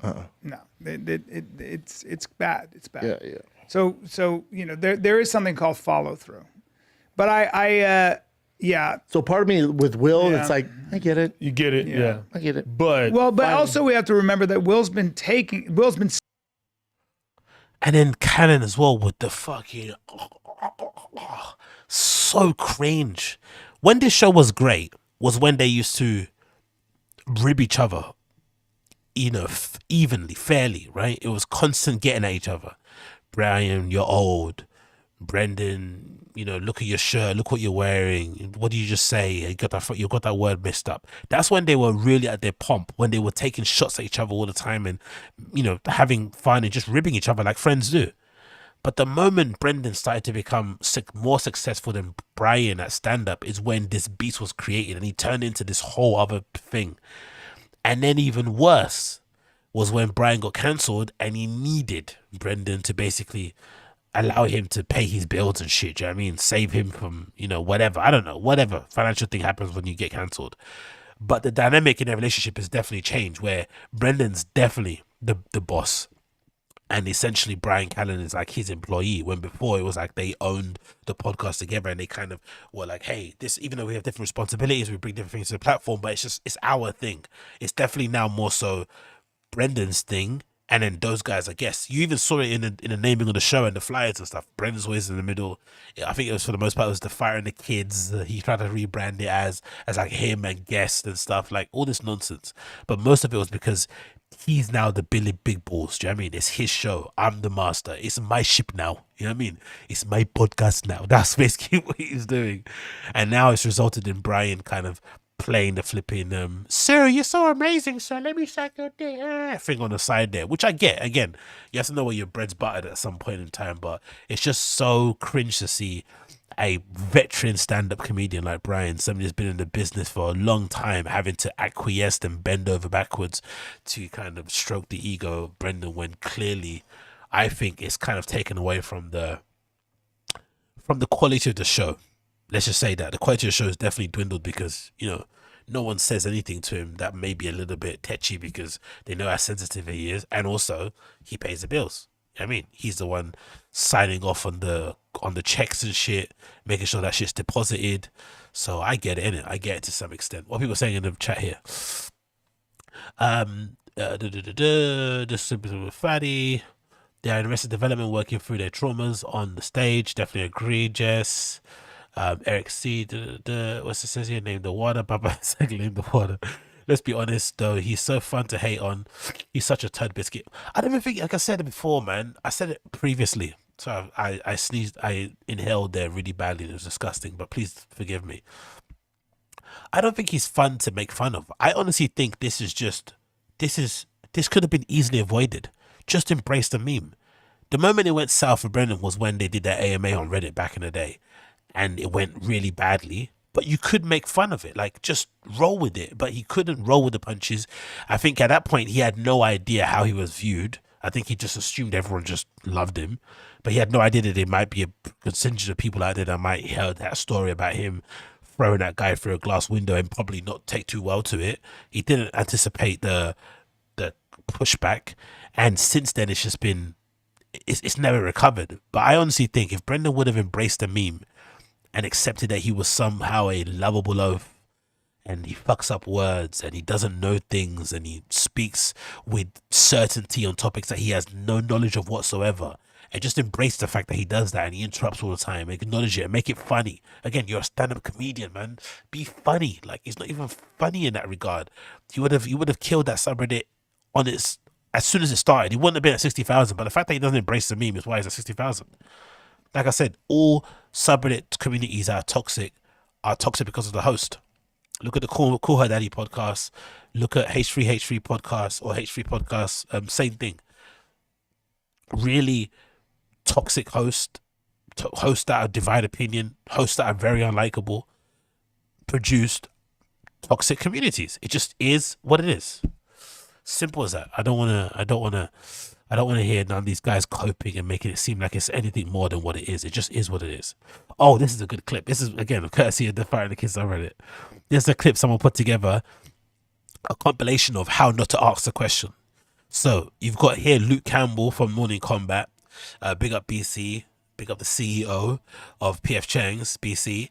Basically, it's a clip of Luke Thomas, starting it off, asking a question, and setting it up and letting the person basically answer, and then an entire compilation of Brendan doing the exact opposite when it comes to asking questions. And it's weird as well because I think, I'm in a minority here, but I generally do think that Food Truck Diaries is a really good show. It's got potential to be better than what it is. Like, there's a good concept there, former fighter interviewing fighters after they just maybe fought a really memorable card or had a memorable performance, or they're about to fight a championship fight or whatever it may be, kind of disarming them and having a bit of food. It's cool, and talking over some food, whatever, sharing some experiences, talking shop. I think that's actually a great concept, but for some reason he just hasn't figured it out, and it's just clunky as shit. And most of it's because of him, because he doesn't let people just answer the question. He'll ask you a question and then ask another question and then ask another question. And by the time you got time to answer the question, you forgot what the actual first question was. But anyway, let's hear Luke Thomas ask a question, allow someone to answer it, and then Brendan do the exact opposite. BC, very simple question to start this conversation. Why is this, anecdotally it seems like, why is this by far the most popular fan-interested fight on this card? I have my own theories, but let me hear yours. Because, look, we've talked about this, and I've sort of looked it up and debated and racked my head. Like, when have you seen, a meteoric rise and a debut where somebody can come on the scene? Let's say it goes how you think it's going to go. Khabib dominates. What's next? I'll tell you what I think. Go ahead. And one of the reasons I say this is because I heard you say this, so I put a lot of weight into it. Hold on, let me pause it there and see if I can make the video less choppy. That was amazing. What do you think? I'll tell you what I think. Oh, what an absolute psycho, man. Honestly, how do you ask questions like that? What do you think? I'll tell you what I think. So, all right, tell me what you think then. Let me see if this works. Oh, what an absolute legend, man. What an absolute legend. Hopefully it's less choppy. Let's see here. Let's play this. Let's go. Come on, Brendan. Is he's done. Okay, so yes and no. I think he retires. I don't think a Tony Ferguson. I don't think a Conor fight. I think at the end of the day, too, we got to chalk it up. Like, I know it's sad to say, but this is kind of how everybody's movie ends if you stick around long enough.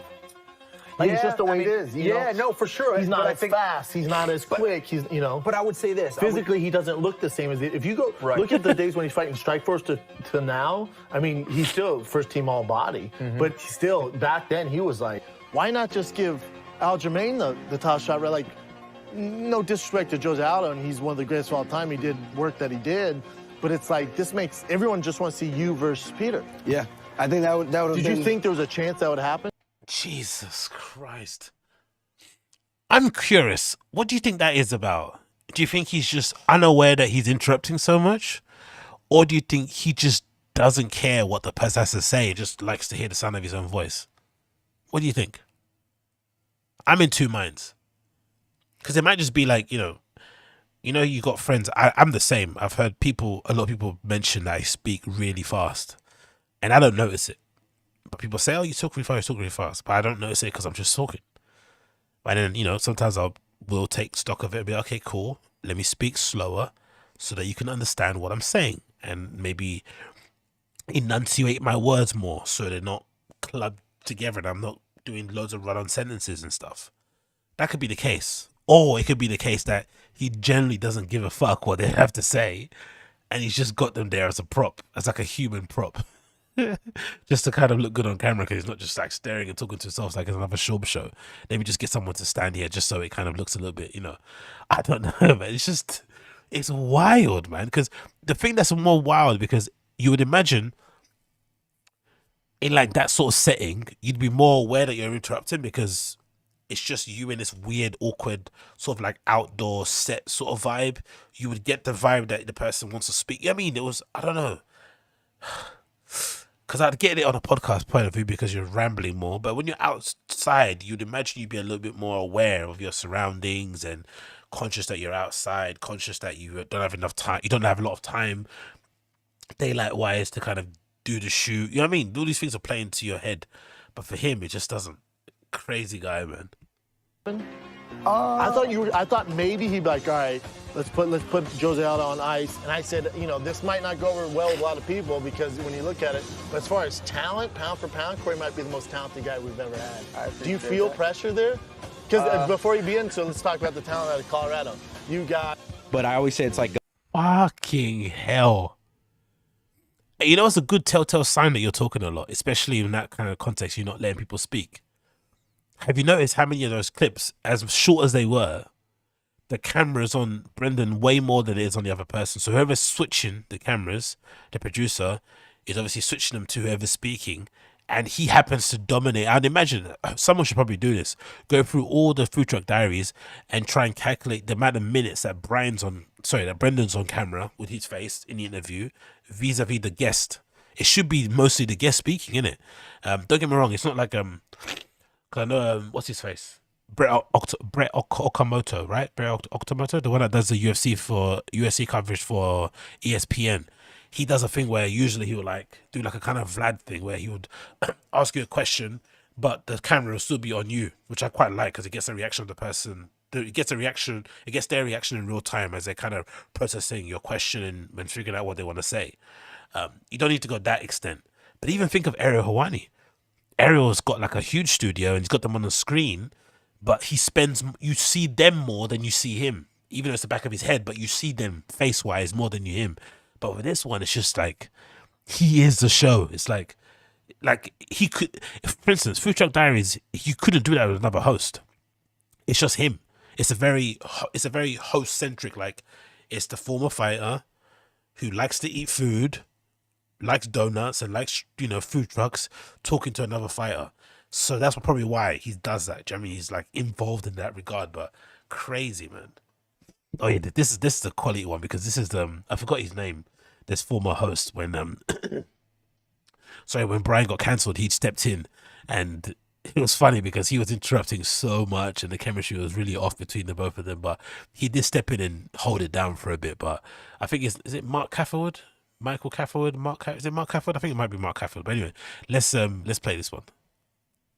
It's like jelly beans compared to like a sweet potato.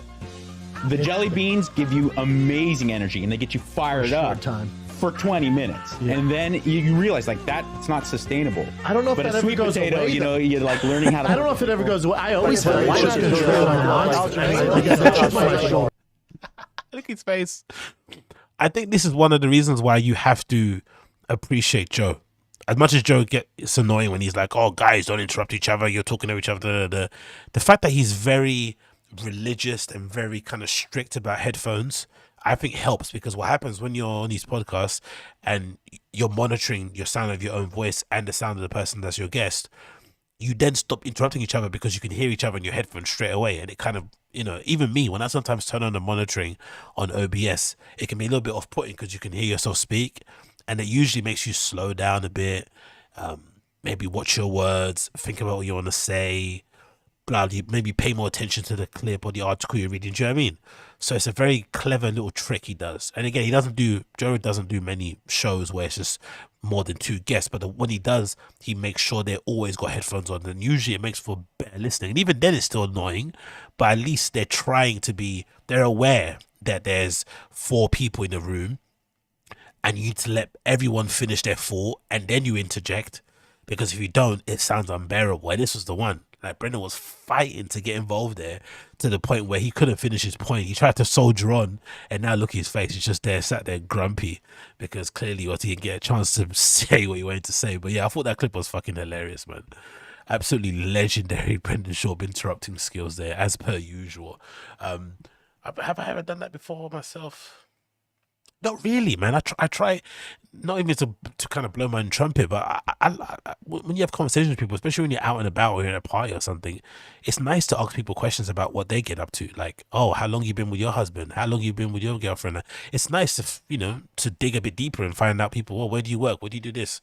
And let them kind of speak about themselves. But it's you end up making connections. You maybe share a bit of your experience that kind of is similar to what they went through, but just, I know we all have friends like that. I know I do. In my social group, I have friends who kind of just ask you questions so that you can just ask them a question and they can just go on for hours and hours talking about themselves. But it's nice to hear what people have to say. I quite enjoy having that back and forth conversation. You know what I mean? But some people just use you as like a conversation starter so that they can talk about themselves. And it must be so annoying to go through that in real time, innit? But whatever. It's their fault, innit? Not gonna dwell on that one. It is what it is. The beast is the beast. Let's just quickly... this buffering thing is not really working. I did all of them and every one of them was bad. Let's do faster. Let's see how that works. In terms of the screen buffering, is that good? Maybe worse. Anyway, let's go back to the chat. What's the chat saying here? I think he's just excited or coked up. Yeah, that'd be hilarious. No, I don't think he's on coke. Like, Brendan, for all his character defects, one of his kind of quote-unquote positive tropes is the fact that he's quite headstrong and... headstrong. When he's into something, he goes all the way through. Maybe not for a long time, but he does commit for a short time. If Brendan got into coke, it'll be nuts. I mean, like, even if he did Adderall, it'll be crazy. So, no, I don't think so. That'd be really obvious. Motivated Speaker says, even Schaub's friends know he doesn't care what anyone has to think. Motivated Speaker said, Brandon has told by his father at a young age that he's special and different, and everybody else in his school better than him. The irony is that he's very special. No, I don't think so. I don't think that's true. I don't think his dad is the one that made him special. I think in general, if you look at his story, he has more fails than he has victories. Right? He got rejected from literally everything, and then he stumbled across stand-up comedy, and then was able to become successful through his podcast, obviously his association with Joe Rogan.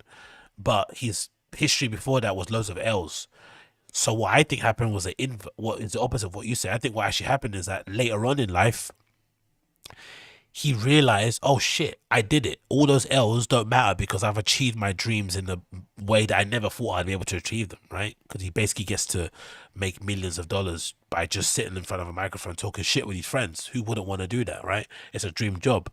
And I think that basically led to him to be a little bit cocky, a little bit arrogant, a little bit whatever. Do you know what I mean? It kind of fed his ego and tried to and basically make him feel like he was the shit. And it's hard not to feel like you're the shit. If you're cruising down an LA street in a purple Porsche, driving up to your lovely house in your nice big studio with your, hordes of staff that you hire, and, you might not be that great a stand-up, but, the evidence materially is that you're doing pretty well for yourself. And again, if that's the thing that you value the most, material possessions and being able to fly first class, all this sort of shit, he's winning.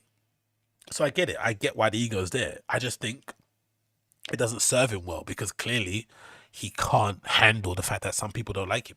And it clearly it kind of gets to him more than the legion of fans that he has, that he has, that willing to queue outside of shows and buy his merch and buy tickets and shit. Like, it just doesn't make any sense. Like, because you're never going to change the homeless cat's minds, especially now because he doesn't care about trying to change who he is as a person. So if that's the case, just ignore it and keep it moving. But clearly he doesn't because he tries to sue people and deletes people's channels and shit. So it's like you can't have it all ways, you have to kind of pick one and just leave the rest of it. But who am I to say in it? Who am I to say? Let's go back to the chats. What people are saying here. His father made narcissistic boy when he told him that. Don't agree, but hey. Mandos Culture says, my guy Agostino, I've been watching you since you started, brother. Kevin Brendan, right before the aerial beef. Great show. Thank you, Mandos Culture. I really, really appreciate it. And thanks for hanging in there with me, even though these streams are choppy as hell. It's okay so far. The video's still a bit choppy. I'm trying my best, but, it's not the best. I would prefer it to be better than this. But, we're here at least. We're alive. Eric C says, being from LA, I can totally get why so many people here can be fans of his. He has illusion that is Hollywood. Yeah, of course. That's what I'm saying. Like, I understand. Like, I'm one of the people that kind of get both sides. I get why people want to see him sizzle and burn, because I remember when the Bryan Callen Crystalia stuff went down, some people in the subreddit were gutted that it wasn't him getting cancelled. You know what I mean? Like, some people definitely want to see him crash and burn. They want to see the Mexican divorce him. They want to see him lose custody of his kids. They want to see his cars get repoed. Like, people are nuts. But also on the other side of things, there are people who are willing to, like, look at that kid that lost all that weight because he's a fan of Brendan. Do you know what I mean? That's the yin and the yang of the internet. It just is what it is. Like, if you've got that kid who's your fan and who loses, 200 plus pounds because he's a fan of your show, you're also going to have people who are willing to buy a billboard that mocks you, that sits out in front of your flipping studio. It's the same. It's kind of fandom on the same spectrum. I just think in his case, you just ignore it.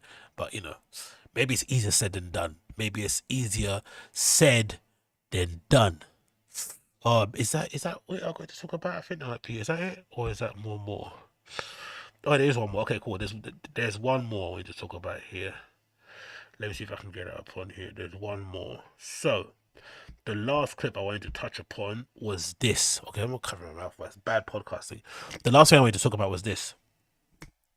So this is the last clip. This is taken from the Schaub show on April the 5th. Where he basically reveals that he's got a stand-up special coming up soon, Brendan Schaub, that he's releasing on YouTube, which is going to be wild. I'm interested to see if it's going to have the comments open, whether he's going to disable the like thing. Like, it's going to be fucking insane. Like, I don't know. Or let's just see. But anyway, he announces he's going to do his specials releasing, and he basically announces why he decided to not put it on streaming platforms or have it with a network and whatnot. And for me, it sounds like a lot of cope. It sounds like a lot of lies. It sounds like a lot of embellishment. Because think about it. Even if you believe the guy, it's hard to believe him, because if you're willing to lie about being a headliner at a festival, that doesn't really matter in the grand scheme of things, because most people don't care. I'd imagine. I don't know. Like, it's a weird thing to lie about, because you're lying to fans who don't care.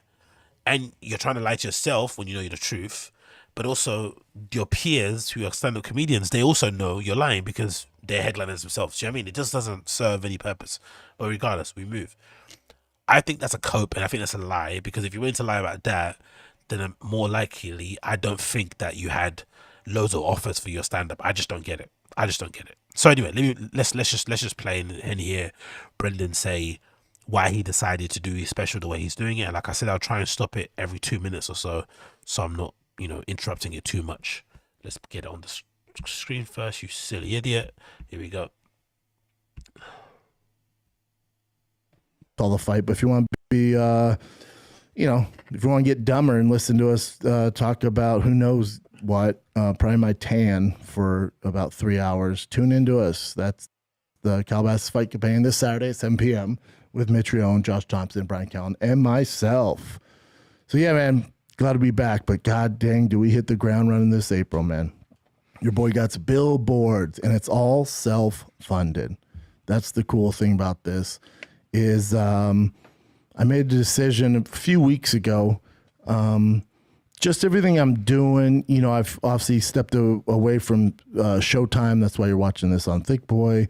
I just decided to take control of my own business and do it all. No, I trusted it too short there, but first thing to check for. Don't you find it interesting that on this show, he seems to be or comes across his most honest and maybe true self? You actually get him as a person. If you're a fan of him, this will probably be the show to check out more so if you're a fan of Brendan. Like, this seems to be a better representation of who he is as a human being. And he also does that weird thing where he swallows, like kind of like dry swallow thing. The same thing that he's doing during the Ariel Hawani beef. Now, I don't know if that's like a tell in terms of him divulging things or being a little bit vulnerable because he doesn't want to be vulnerable, he doesn't want to show weakness or da-da-da-da. I don't know, it's very interesting that he does that sort of thing, but you do get the feeling that he's being sincere. It's just the little embellishments, like stepped away from Showtime. Did you technically you did step away, but if they offered you a new contract, you would have taken it. Come on, let's not lie. Just doesn't make. But I guess I'm saying this because I'm just a regular dude who's not part of Hollywood in any way, shape, or form. Maybe this is what they do. Maybe this is part of what you do out there. You just embellish and lie, and because that's part of the game. Like, oh, what you up to? I'm working on a script. I'm auditioning. I'm writing a book. I'm starting a network, right? You just say these things to make it seem like you're doing stuff when really you're just like everyone else. You're on your Twitter feed and your Instagram feed, stealing memes and shit and sending them to your friends. You know what I mean? That's basically what we're all doing, but I don't know. By myself, obviously I have a team now, I have a staff, but I just wanted to do it the way exactly how I want to do it. And obviously it takes time to grow and stuff like that, which I'm never afraid of. And then with the special, I shot it with my team in Dallas at the Aston Improv. You won't even be able to tell it's the Aston Improv because we completely redesigned the background and the stage and stuff like that. Shout out to Brian Johnson, and we made it kind of the Dallas skyline with some stars in the back. It's pretty dope. You'll see it soon. And so, I brought my whole team out there. We shot it on these fancy cameras, where they red Sony cameras, some shit, Mike. My boy Peter in Dallas helped out as well. My whole team shot this thing. We shot it, edited it, and then we shopped it around, and we had several offers from companies and businesses you guys would all know where every other comic is at. And my team, as far as team, I mean manager and agents, they're in Hollywood, so they're like, oh, let's go here with it, or let's go here with it, or you should take this and this. And I was going to do it, man. I was waiting for the one I wanted most to land, and it landed. And I thought that's what I wanted. And then they said, all right, we're waiting for the contract. As soon as we get it, you sign it. And this is how much we're going to pay you and blah, blah, blah. So, okay, that's cool. And then I fell asleep that night and woke up at 3 a.m. I'm like, dude, you're doing all this shit on your own. Everything, man. The fight companion, the food trucks, the flashback fight nights, Firing the Kid, King the Sting, the Schaub show, you have your own studio, the whiskey, the Thick Boy merch. I'm just doing all this on my own. And then I'm not anti-Hollywood. I'm far from that. I respect what they do. But I'm definitely not Hollywood. I don't consider myself a celebrity in any facet.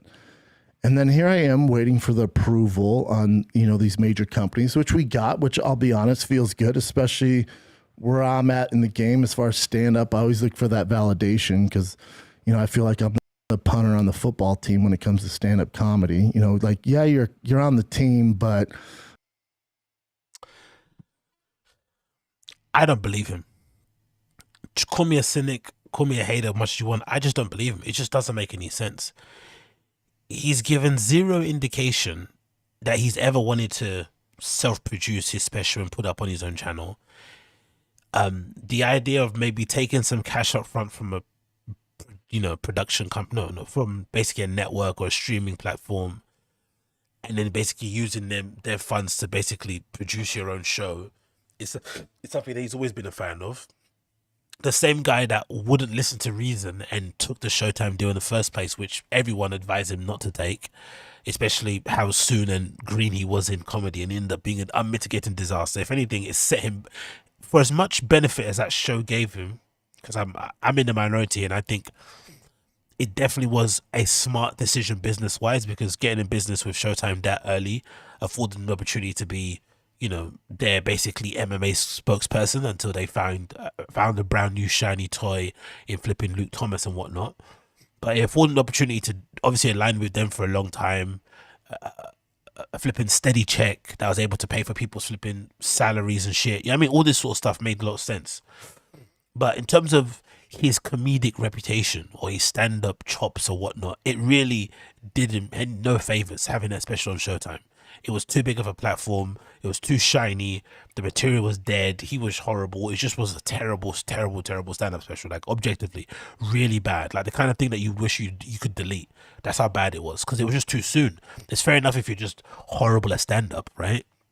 That's just, I guess it's kind of like an objective thing, right? Like, it depends who you like. Some people think Mark Norman's funny. Some people don't think it's funny. That's one thing. But doing a special 2 years into what you're doing, it just sounds like insane. It's like playing like Glastonbury a year into you buying a guitar from fucking Argos. Like, what? Doesn't make any sense. So he set himself for fail there. That guy, I just don't think suddenly overnight decides, I'm going to bet on myself and do this. I think, if anything, this is a cope, especially off the back of what happened at Showtime, because I definitely think it was more so them saying we're not going to renew your contract, and then him saying, hey, can I put a narrative out there that, we decided to walk away, and they just said, we don't fucking care. I think that's what essentially happened. So if you're going to run with that narrative, it makes sense to continue the narrative and say, hey, I'm betting on myself. Because if I remember correctly, back in the day, when Schultz was talking about doing his own thing and being on Patreon, all this sort of stuff, and uploading clips, Brendan was very hesitant to it. I don't think there's many clips of him doing stand-up online. So it's very strange for the same person who hasn't got no clips of him do stand-up online, zero. There's not a lot of funny clips either of him talking on the podcast, because there's not a lot of funny moments in TFAK anymore, to suddenly then go, you know what, I'm going to release my special on YouTube. It doesn't make any sense. It doesn't add up. So I think he probably didn't get the offer he wanted. He got some offers for sure, because he kept talking about Comedy Central. So I'm sure he got a Comedy Central offer. And Comedy Central essentially is just now a YouTube channel.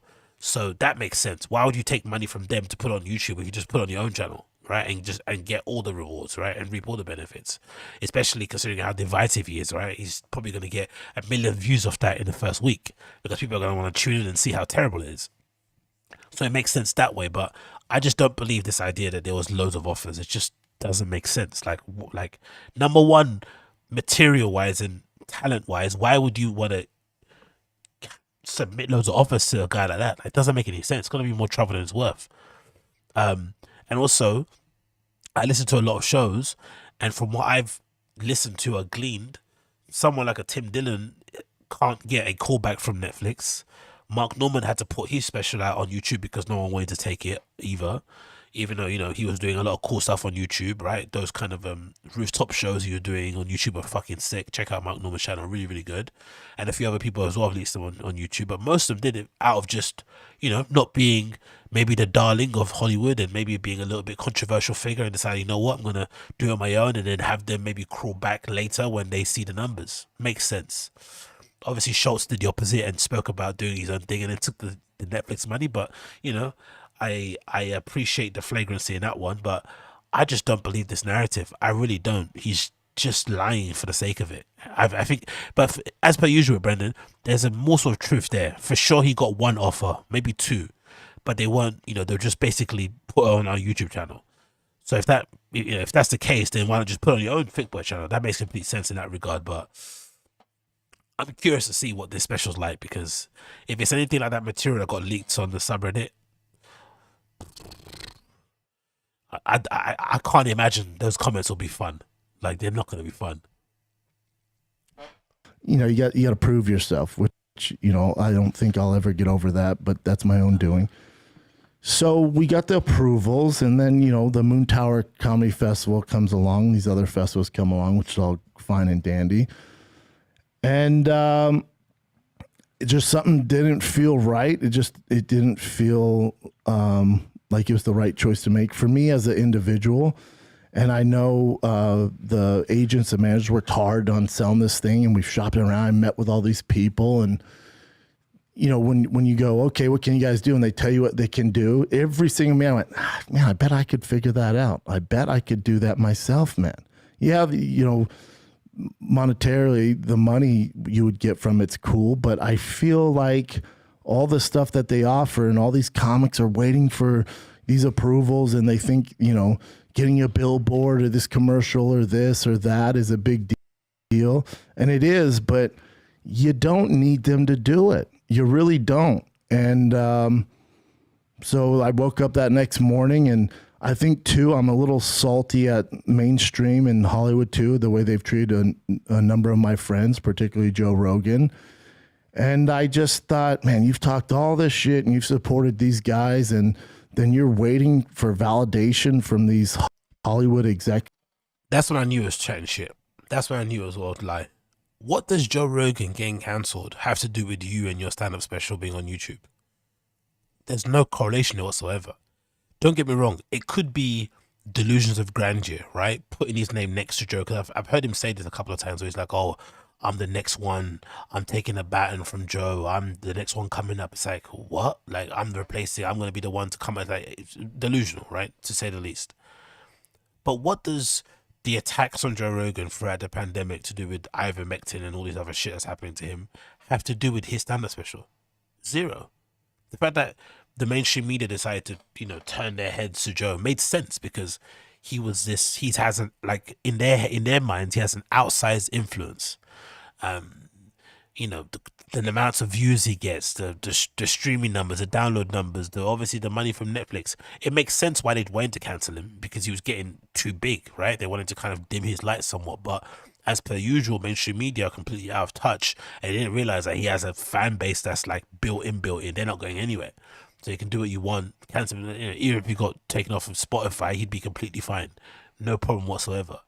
But I don't see how that equates to him thinking, oh, this is a reason why I'm gonna put my thing on YouTube and not wait for approval from the Hollywood elites. What does that even mean? And also, my friends, what is he talking about? Is he talking about Chris Lee and Bryan? You're salty at the industry for how they reacted to two of your friends being accused of rape and flipping sexual assault. You're upset about their reaction to it. Like, what? What did you want them to do? Did you want them to keep Chris Lee in the movie, a Hollywood movie? Did you want them to keep somebody's been accused of sexual assault, then have the whole press junket and promo about the movie be centered around one person who's not even the lead in the movie, and if he did it or didn't do it? Is that what you wanted? You wanted the Goldbergs and School and whatnot to keep a guy around that's been accused of rape? Like, really? Is that what you wanted? You wanted them to stick by the old guys being accused? Again, obviously you're innocent until proven guilty, but whilst the investigation was going on, you can't go to the party. You gotta stay at home. I mean, you gotta relax. You gotta chill out. But these guys are just so delusional in terms of their... I don't get it. I really don't. I just don't understand him, man. Like, the correlation to me doesn't make sense. So that's why I knew he was lying. But anyway, let's continue. Which you got because they gave you several offers on your special, but it just doesn't seem like the right fit for me. So I woke up the next morning and I called the team, my agents and managers, and said, hey, I'm going to put on Thick Boy. I'm gonna bet on myself. I'm gonna put on Thick Boy. It just seems like the right thing to do. Obviously, they argued that they're not huge fans of it because obviously, and it's their job. This is what they do. They go, well, this is the reason you should go with this platform and this. And obviously they get 10% of whatever they give. But if it's on Thick Boy, nobody gets anything. Me and the team and the way this business is structured, not about what money, I get, though. the team gets as well. So everybody's compensated. So I just told him that was the move. I'm releasing myself, and I want to prove to other comics out there, I know how nerve-wracking it is getting validation from these big companies and entertainment businesses and getting on their platforms, but you don't need it. You don't need it. You really don't. You can do it yourself. And if any comic out there actually wants me to break it down financially, from shooting to the billboards, to the commercials, to the sizzles, the marketing, the photography, everything, I will gladly sit down with you and break it all down for me. And I think once you have a clear idea on what exactly goes into shooting special, the cameraman, the editing, the coloring, the sound quality, the billboards, the sizzles, the commercials, the photo shoots, all that stuff, and then the PR tour, you look at that and go, I get, but man, yeah, and I can control everything. I can put out as many clips as I want. I can edit this. I can say this. I don't have to worry about, I had some Newsom jokes in there and a certain corporation didn't like that. Well, who gives a shit, man? You can do it yourself. So that's what I'm doing, man. That's what I'm doing. And Look, okay, let's end it there. Let's be fair. If we're being fair, it's a really smart and clever decision to release his special on YouTube, especially if he's trying to grow this whole Thick Boy network sort of thing. I don't know what it is at the moment, right? But this Thick Boy sort of like umbrella. If that's the fact and he wants to make his own production company or whatever it may be, or network, it would make sense for you as the marquee sort of guy on there to basically put your best work on that network. It wouldn't make sense to have your own network and then have your special on a completely different platform. It just doesn't make any sense, right? I get that. And also, if we're being objective and we're being fair, we're being honest, he's never going to be funny. He's never going to be like hilarious on stage anyway. So if that's the case and you make most of your money doing podcasting and, other things, stand-up is just like a good add-on. Why not just release it on your own platform so that you're kind of away from the general kind of cycle and schedule and whatever it may be of like the mainstream kind of stand-up industry sort of thing. You know what I mean?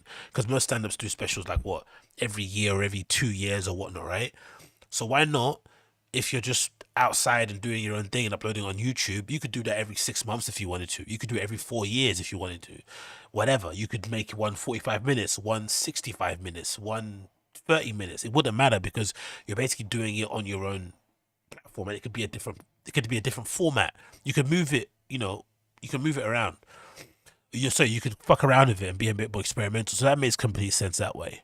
And obviously monetarily wise, you know what I mean, if you're gonna give people views on YouTube, why not just do it on your own YouTube and make all the AdSense? And like I said, because he's such a divisive figure, there's gonna be a lot of hate watchers on there. For sure, there's gonna be people that's gonna rip it and not want to give him views, but there's gonna be a lot of people just click on it to be kind of nosy. Because I'd imagine, like, what do you guys think the views are? I bet the views for his first special, you'll be surprised. I bet the views for that, if we could see the numbers on the back end, I bet they're crazy. I bet they're in like the 10+ millions, maybe 20 million. So if that's the case, he could do maybe a fraction of that on YouTube. Easy. You can easily crack 1 million in a week or maybe a couple of weeks. If he gets to maybe 5-10 million on YouTube alone, people just shitting on him and disliking and leaving mad comments, that's money in the bank. That's all going to add to his engagement. That's going to let the channel grow, especially if he leans into it a little bit. I don't think it's a bad idea. I just think, unfortunately, I think unfortunately not even for me, is it for me? I just think unfortunately in general as a stand-up, it's just the disappointing thing with him is that you never hear him talk about jokes. You never hear him talk about bits he's trying to put together. Him saying maybe, oh, this is the fun. Like, you hear loads of comics say, oh, this special's the best one I've done. I'm really trying to come with the funnies. I move stuff around. I put the real big killer bit here in the beginning. I did this. I mean, like going through the actual mechanics of putting together a special and the artistry and the creativity involved in it, the writing process. You don't hear him talk about any of that. It's always marketing, this, that. That's the most thing he talks about mostly. That's the most thing he talks about most. That's the thing he talks about the most, which makes sense because, probably it's what he cares about the most. But, or maybe that's an acceptance on his part that he's never going to be funny, because that's the thing as well about it. It's just like, it's very difficult, you'd imagine, for a person who's been a jock, stud athlete for a long period of time, never somebody that got really picked on, you'd imagine, somebody that maybe came from a somewhat affluent background, to suddenly now go into an art form where you need to be self-deprecating, where you need to be vulnerable, where you need to be honest to a fault, sort of thing, right? And really kind of bare your soul on that stage, to be funny. Because I remember hearing Jessica Kirsten on Tim Dillon say the same thing. She said something like, "Oh, whenever I see someone really funny on stage, I usually think to myself, okay, that person, he or she is really fucked up. The funniest people are usually the people that have got the most pain. So whenever you see somebody that's killing on stage, it's usually like an an indication that, okay, this person's really hurting. It's like the duality of being a stand-up, right? Or in any art form, right? Just bearing your soul and kind of being vulnerable and tapping into painful parts and making art from it and telling a story, blah, blah, blah, blah, blah. But point blank, it's just difficult and now even impossible. I think he's proved so far to go from being somebody that's just not funny and then try to be funny, especially in your 30s. It just doesn't happen. Because he's never tried, he always says, "Oh, my dream, my heroes were Jim Carrey and Adam Sandler." Yeah, cool, but you were never dreaming about being a stand-up. You didn't have bits that you were doing and all this sort of stuff. You never did that. It was always just wanting to be an athlete, and obviously that didn't work out. And that's, he had an amazing parachute, like probably he said one of the best post UFC careers ever, in the history of the world. I think he's definitely inspired a whole group of people to do what he's doing. But the stand-up thing is just, I've always said anyway, I don't know why he does it. I just think he should just focus on the shows, the podcast, and maybe do live shows for the podcast and maybe make them fun and whatnot. That would be pretty cool. Make them, I don't know, make like a concert, like a fest. I don't know, do something. The stand-up thing, I think, is a waste of time, in my opinion. It's like, why waste your time if you're not ever going to be funny?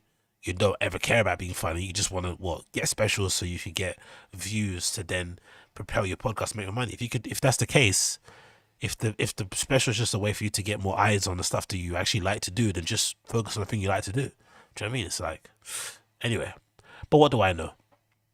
Anyway, that's been 2 hours now. I've been rambling on. I want to end it there. This has been the Random Show, episode number 23, I think. Thanks again for everyone that tuned in. It's been a pleasure to have your time and your company. Big up the chat, everyone that's been involved. If you are tuning in here for the first time, then please make sure, if you're tuning in for the first time and you liked what you hear, smash the like button. If you want to see more of my stuff on your feed or on your page or whatnot, then why not subscribe? There's buttons around in terms of social media to follow me. You can do that as well. If you want to subscribe to the podcast that I do, the Excellent Zinger Show, you can also do that. Links are in the description below. And yeah, man, thanks again for tuning in. It's been a pleasure. I finally managed to get the settings right to stream, so I've got them down pat. I'm not going to change anything, so I'll hopefully do more of these going forward.